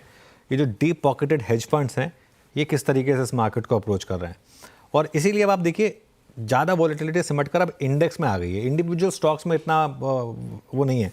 अच्छा, बैंक निफ्टी रिलेटिवली स्ट्रांग है, लेकिन बैंक निफ्टी पर भी मौके आपको इंटरडे में भी मिल रहे हैं, तो फिर क्यों कैरी करना है। जैसे आज भी बैंक निफ्टी ने आपको इंटरडे में मौके दिए हैं, ऐसा नहीं कि नहीं दिए मौके। फ्लैट भी था, नेगेटिव भी था, और फाइनली क्लोज क्या है 0.00%। तो मतलब नहीं ऐसी मार्केट में कैरी करने का। एक चीज़ जो आप कर सकते हैं स्टॉक स्पेसिफिक, इस मार्केट में स्टॉक स्पेसिफिक आई थिंक बहुत शानदार स्विंग्स मिल रहे हैं, और आई थिंक वहीं पर आप रिलेटिव स्ट्रेंथ को कैरी करिए। ये मार्केट अब रिलेटिव स्ट्रेंथ का है, जहाँ जहाँ स्ट्रेंथ है, जो स्टॉक्स 52 वीक हाई के काफ़ी करीब हैं उन पर फोकस करिए। मिड कैप इंडेक्स देखिए एकदम डे हाई पर बंद हो रहा है। एडवांस डिक्लाइन बहुत शानदार तरीके से एडवांसेस के फेवर में बंद हो रहा है। मेरे ख्याल से उस पर फोकस करिए, वो बेटर स्ट्रेटजी रहेगी। चलिए अभी काम करते हैं, यतिन के पास चलते हैं, डीलिंग रूम चेक और उसके बाद BDSC ट्रेड लेंगे। यतिन गुड आफ्टरनून, बताइए किन दो स्टॉक्स पर नजर? Good afternoon. और हटको ये एक स्टॉक है जो नया एक एफएनओ एंट्रेंट है और आज ओपन इंटरेस्ट लगभग 15% बढ़ा है। डीलर्स को लगता है कि यहाँ मोमेंटम कंटिन्यूड रहेगा और कहीं ना कहीं ये जो बजट के विस्पर्स होना शुरू हो गए हैं अफोर्डेबल हाउसिंग के आसपास, उसके चलते स्टॉक में अच्छा ट्रैक्शन देखने को मिल रहा है। काफ़ी सारे HNIs यहाँ खरीदारी भी कर रहे हैं, और डीलर्स की अगर आप माने तो यहाँ से भी स्टॉक में 5 से 10 रुपये की अपसाइड अभी भी बाकी है। तो आज जैसा मोमेंटम डीलर्स कल भी एक्सपेक्ट कर रहे हैं, तो यहाँ BTST की एडवाइस वो दे रहे हैं। इसके अलावा फाइनेंशियल्स में से सिटी यूनियन बैंक, यहाँ भी डीलर्स जो है एक्टिविटी देख रहे हैं इंस्टीट्यूशनल साइड से। डोमेस्टिक म्यूचुअल फंड्स यहाँ खरीदारी कर रहे हैं, और यहाँ भी डीलर्स को लगता है कि 5 से 7 रुपये का ट्रेड बन सकता है। इनफैक्ट पोजिशनली भी उनको लगता है कि ये काउंटर रेडार पे रहना चाहिए। अच्छा 200 रुपये का तक का टारगेट यहाँ देखने को मिल सकता है। तो दोनों ही आज फाइनेंशियल साइड पे हैं, हटको और सिटी यूनियन बैंक। हटको और सिटी यूनियन बैंक दोनों पर इस समय डीलिंग रूम में BTST एडवाइस आती हुई। हमारे पैनल के पास चलते हैं और उनसे जानते हैं वो क्या कैरी करेंगे कल के लिए। शिल्पा जी क्या कैरी करेंगे कल के लिए? जी बिल्कुल, BTST में एक्साइड रहेगा। एक्साइड में 450 के स्टॉप लॉस से आप लॉन्ग बने रह सकते हैं फॉर टारगेट्स ऑफ 485 से 490। मोमेंटम बहुत स्ट्रांग है, बहुत स्ट्रांग वॉल्यूम के साथ पार्टिसिपेशन है, तो मुझे लगता है एक्साइड में आपको कल तक अच्छे रिटर्न्स आने चाहिए। ओके, तो ये फिलहाल एक्साइड में एक अपॉर्चुनिटी। अमित आपका ट्रेड? जी मैम, मैं न्यू एंट्रेंट कल्याण ज्वेलर्स के साथ जाऊंगा। यहाँ पे स्ट्रक्चर पॉजिटिव है, एक सपोर्ट से स्टॉक ने आज बुलिश कैंडल बनाई है। छोटा सा 755 का स्टॉप लॉस रखेंगे और टारगेट्स रहेंगे 780 के। ओके, राजेश पालविया जी आपका trade?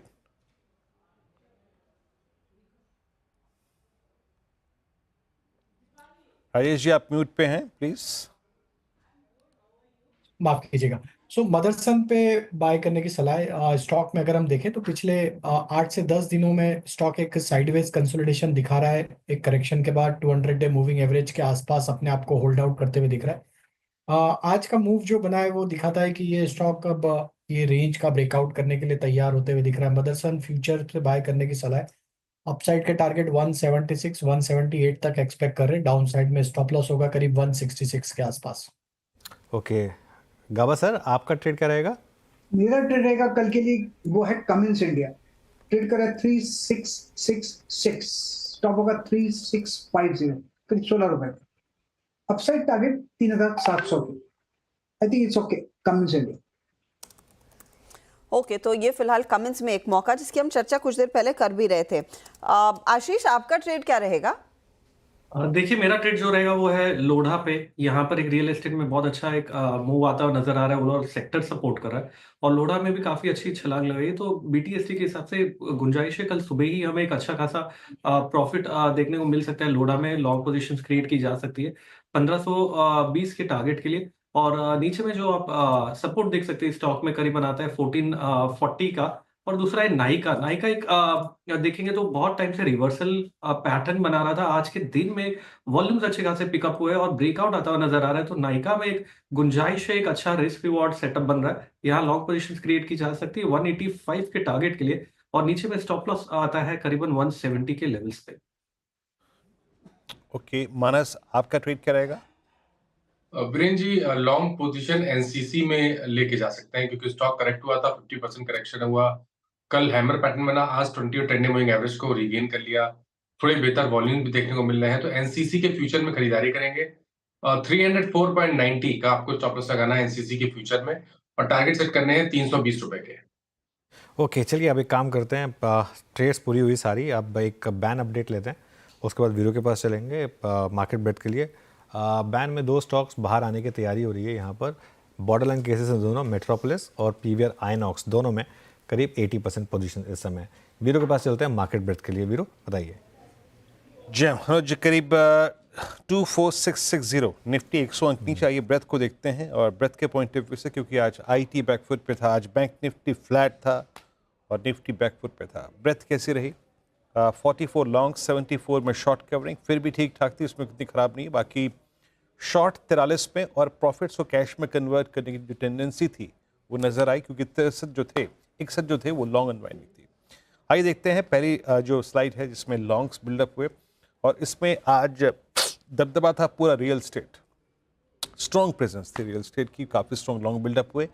Obra realty, prestige estates, हुडको, डिक्सन पे न्यूज़ इम्पैक्ट, जीविका करार का इम्पैक्ट, नाइका आज करीब 4% ऊपर रहा।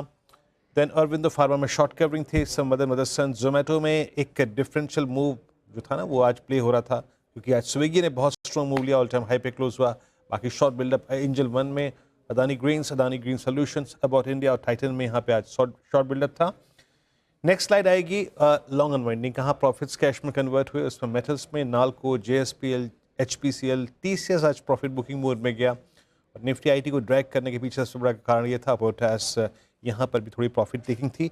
मैं आखिरी में एक स्टॉक और मेंशन करना चाहूँगा जो कि श्रेया के साथ हमने डिस्कस भी किया था, 1824 पे क्लोज होने की तैयारी करता हुआ कोरोमंडल। मानस, ये ट्रेड ग्रिप में है, मैनेजमेंट की स्ट्रॉन्ग कमेंट्री, क्या कैरी कर सकते हैं इस पे कोई ट्रेड कोरोमंडल को? तो देखिए, बिल्कुल कैरी कर सकते हैं। 2 बजे के ट्रेड में मैंने इसको रिकमेंड किया है और उसका रीजन ये है कि फ्लैग पैटर्न का ब्रेकआउट है, काफी बेहतर वॉल्यूम देखने को मिल रहे हैं। तो बिल्कुल एक पोजीशन लेके जाया जा सकता है जहां आप स्टॉप लॉस 1794 के रखिए और टारगेट 1875 के रखिए। चलिए अब एक काम करते हैं, आपको सोशल मीडिया प्लेटफॉर्म पर जो हमारा शो होता है मार्केट का पंचनामा, उसका टीज़र देते हैं। श्रेया भी जुड़ गई है शो में। श्रेया, गुड आफ्टरनून, बताइए क्या सवाल है? Good afternoon sir. आज बाजार में थोड़ी सुस्ती है।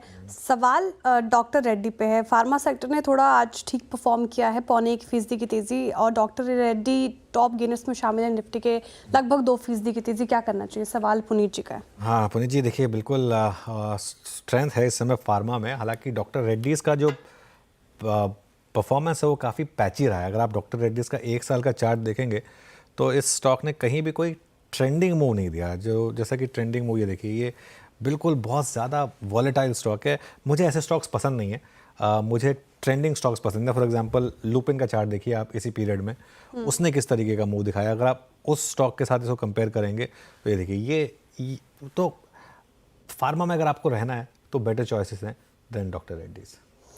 ठीक है, दूसरा सवाल लेते हैं सर। एचबिल इंजीनियरिंग पे सवाल आ रहा है, ये स्टॉक अपने लाइफ टाइम हाई पर है, कवच के लिए जो ऑर्डर मिला है उसके कारण। अब क्या करना चाहिए sir railway stock, specially HBL engineering? हाँ, ये एचपीएल में खैर कवच के अलावा और भी काफ़ी ट्रिगर्स हैं, काफ़ी ये एक उस स्पेस में है।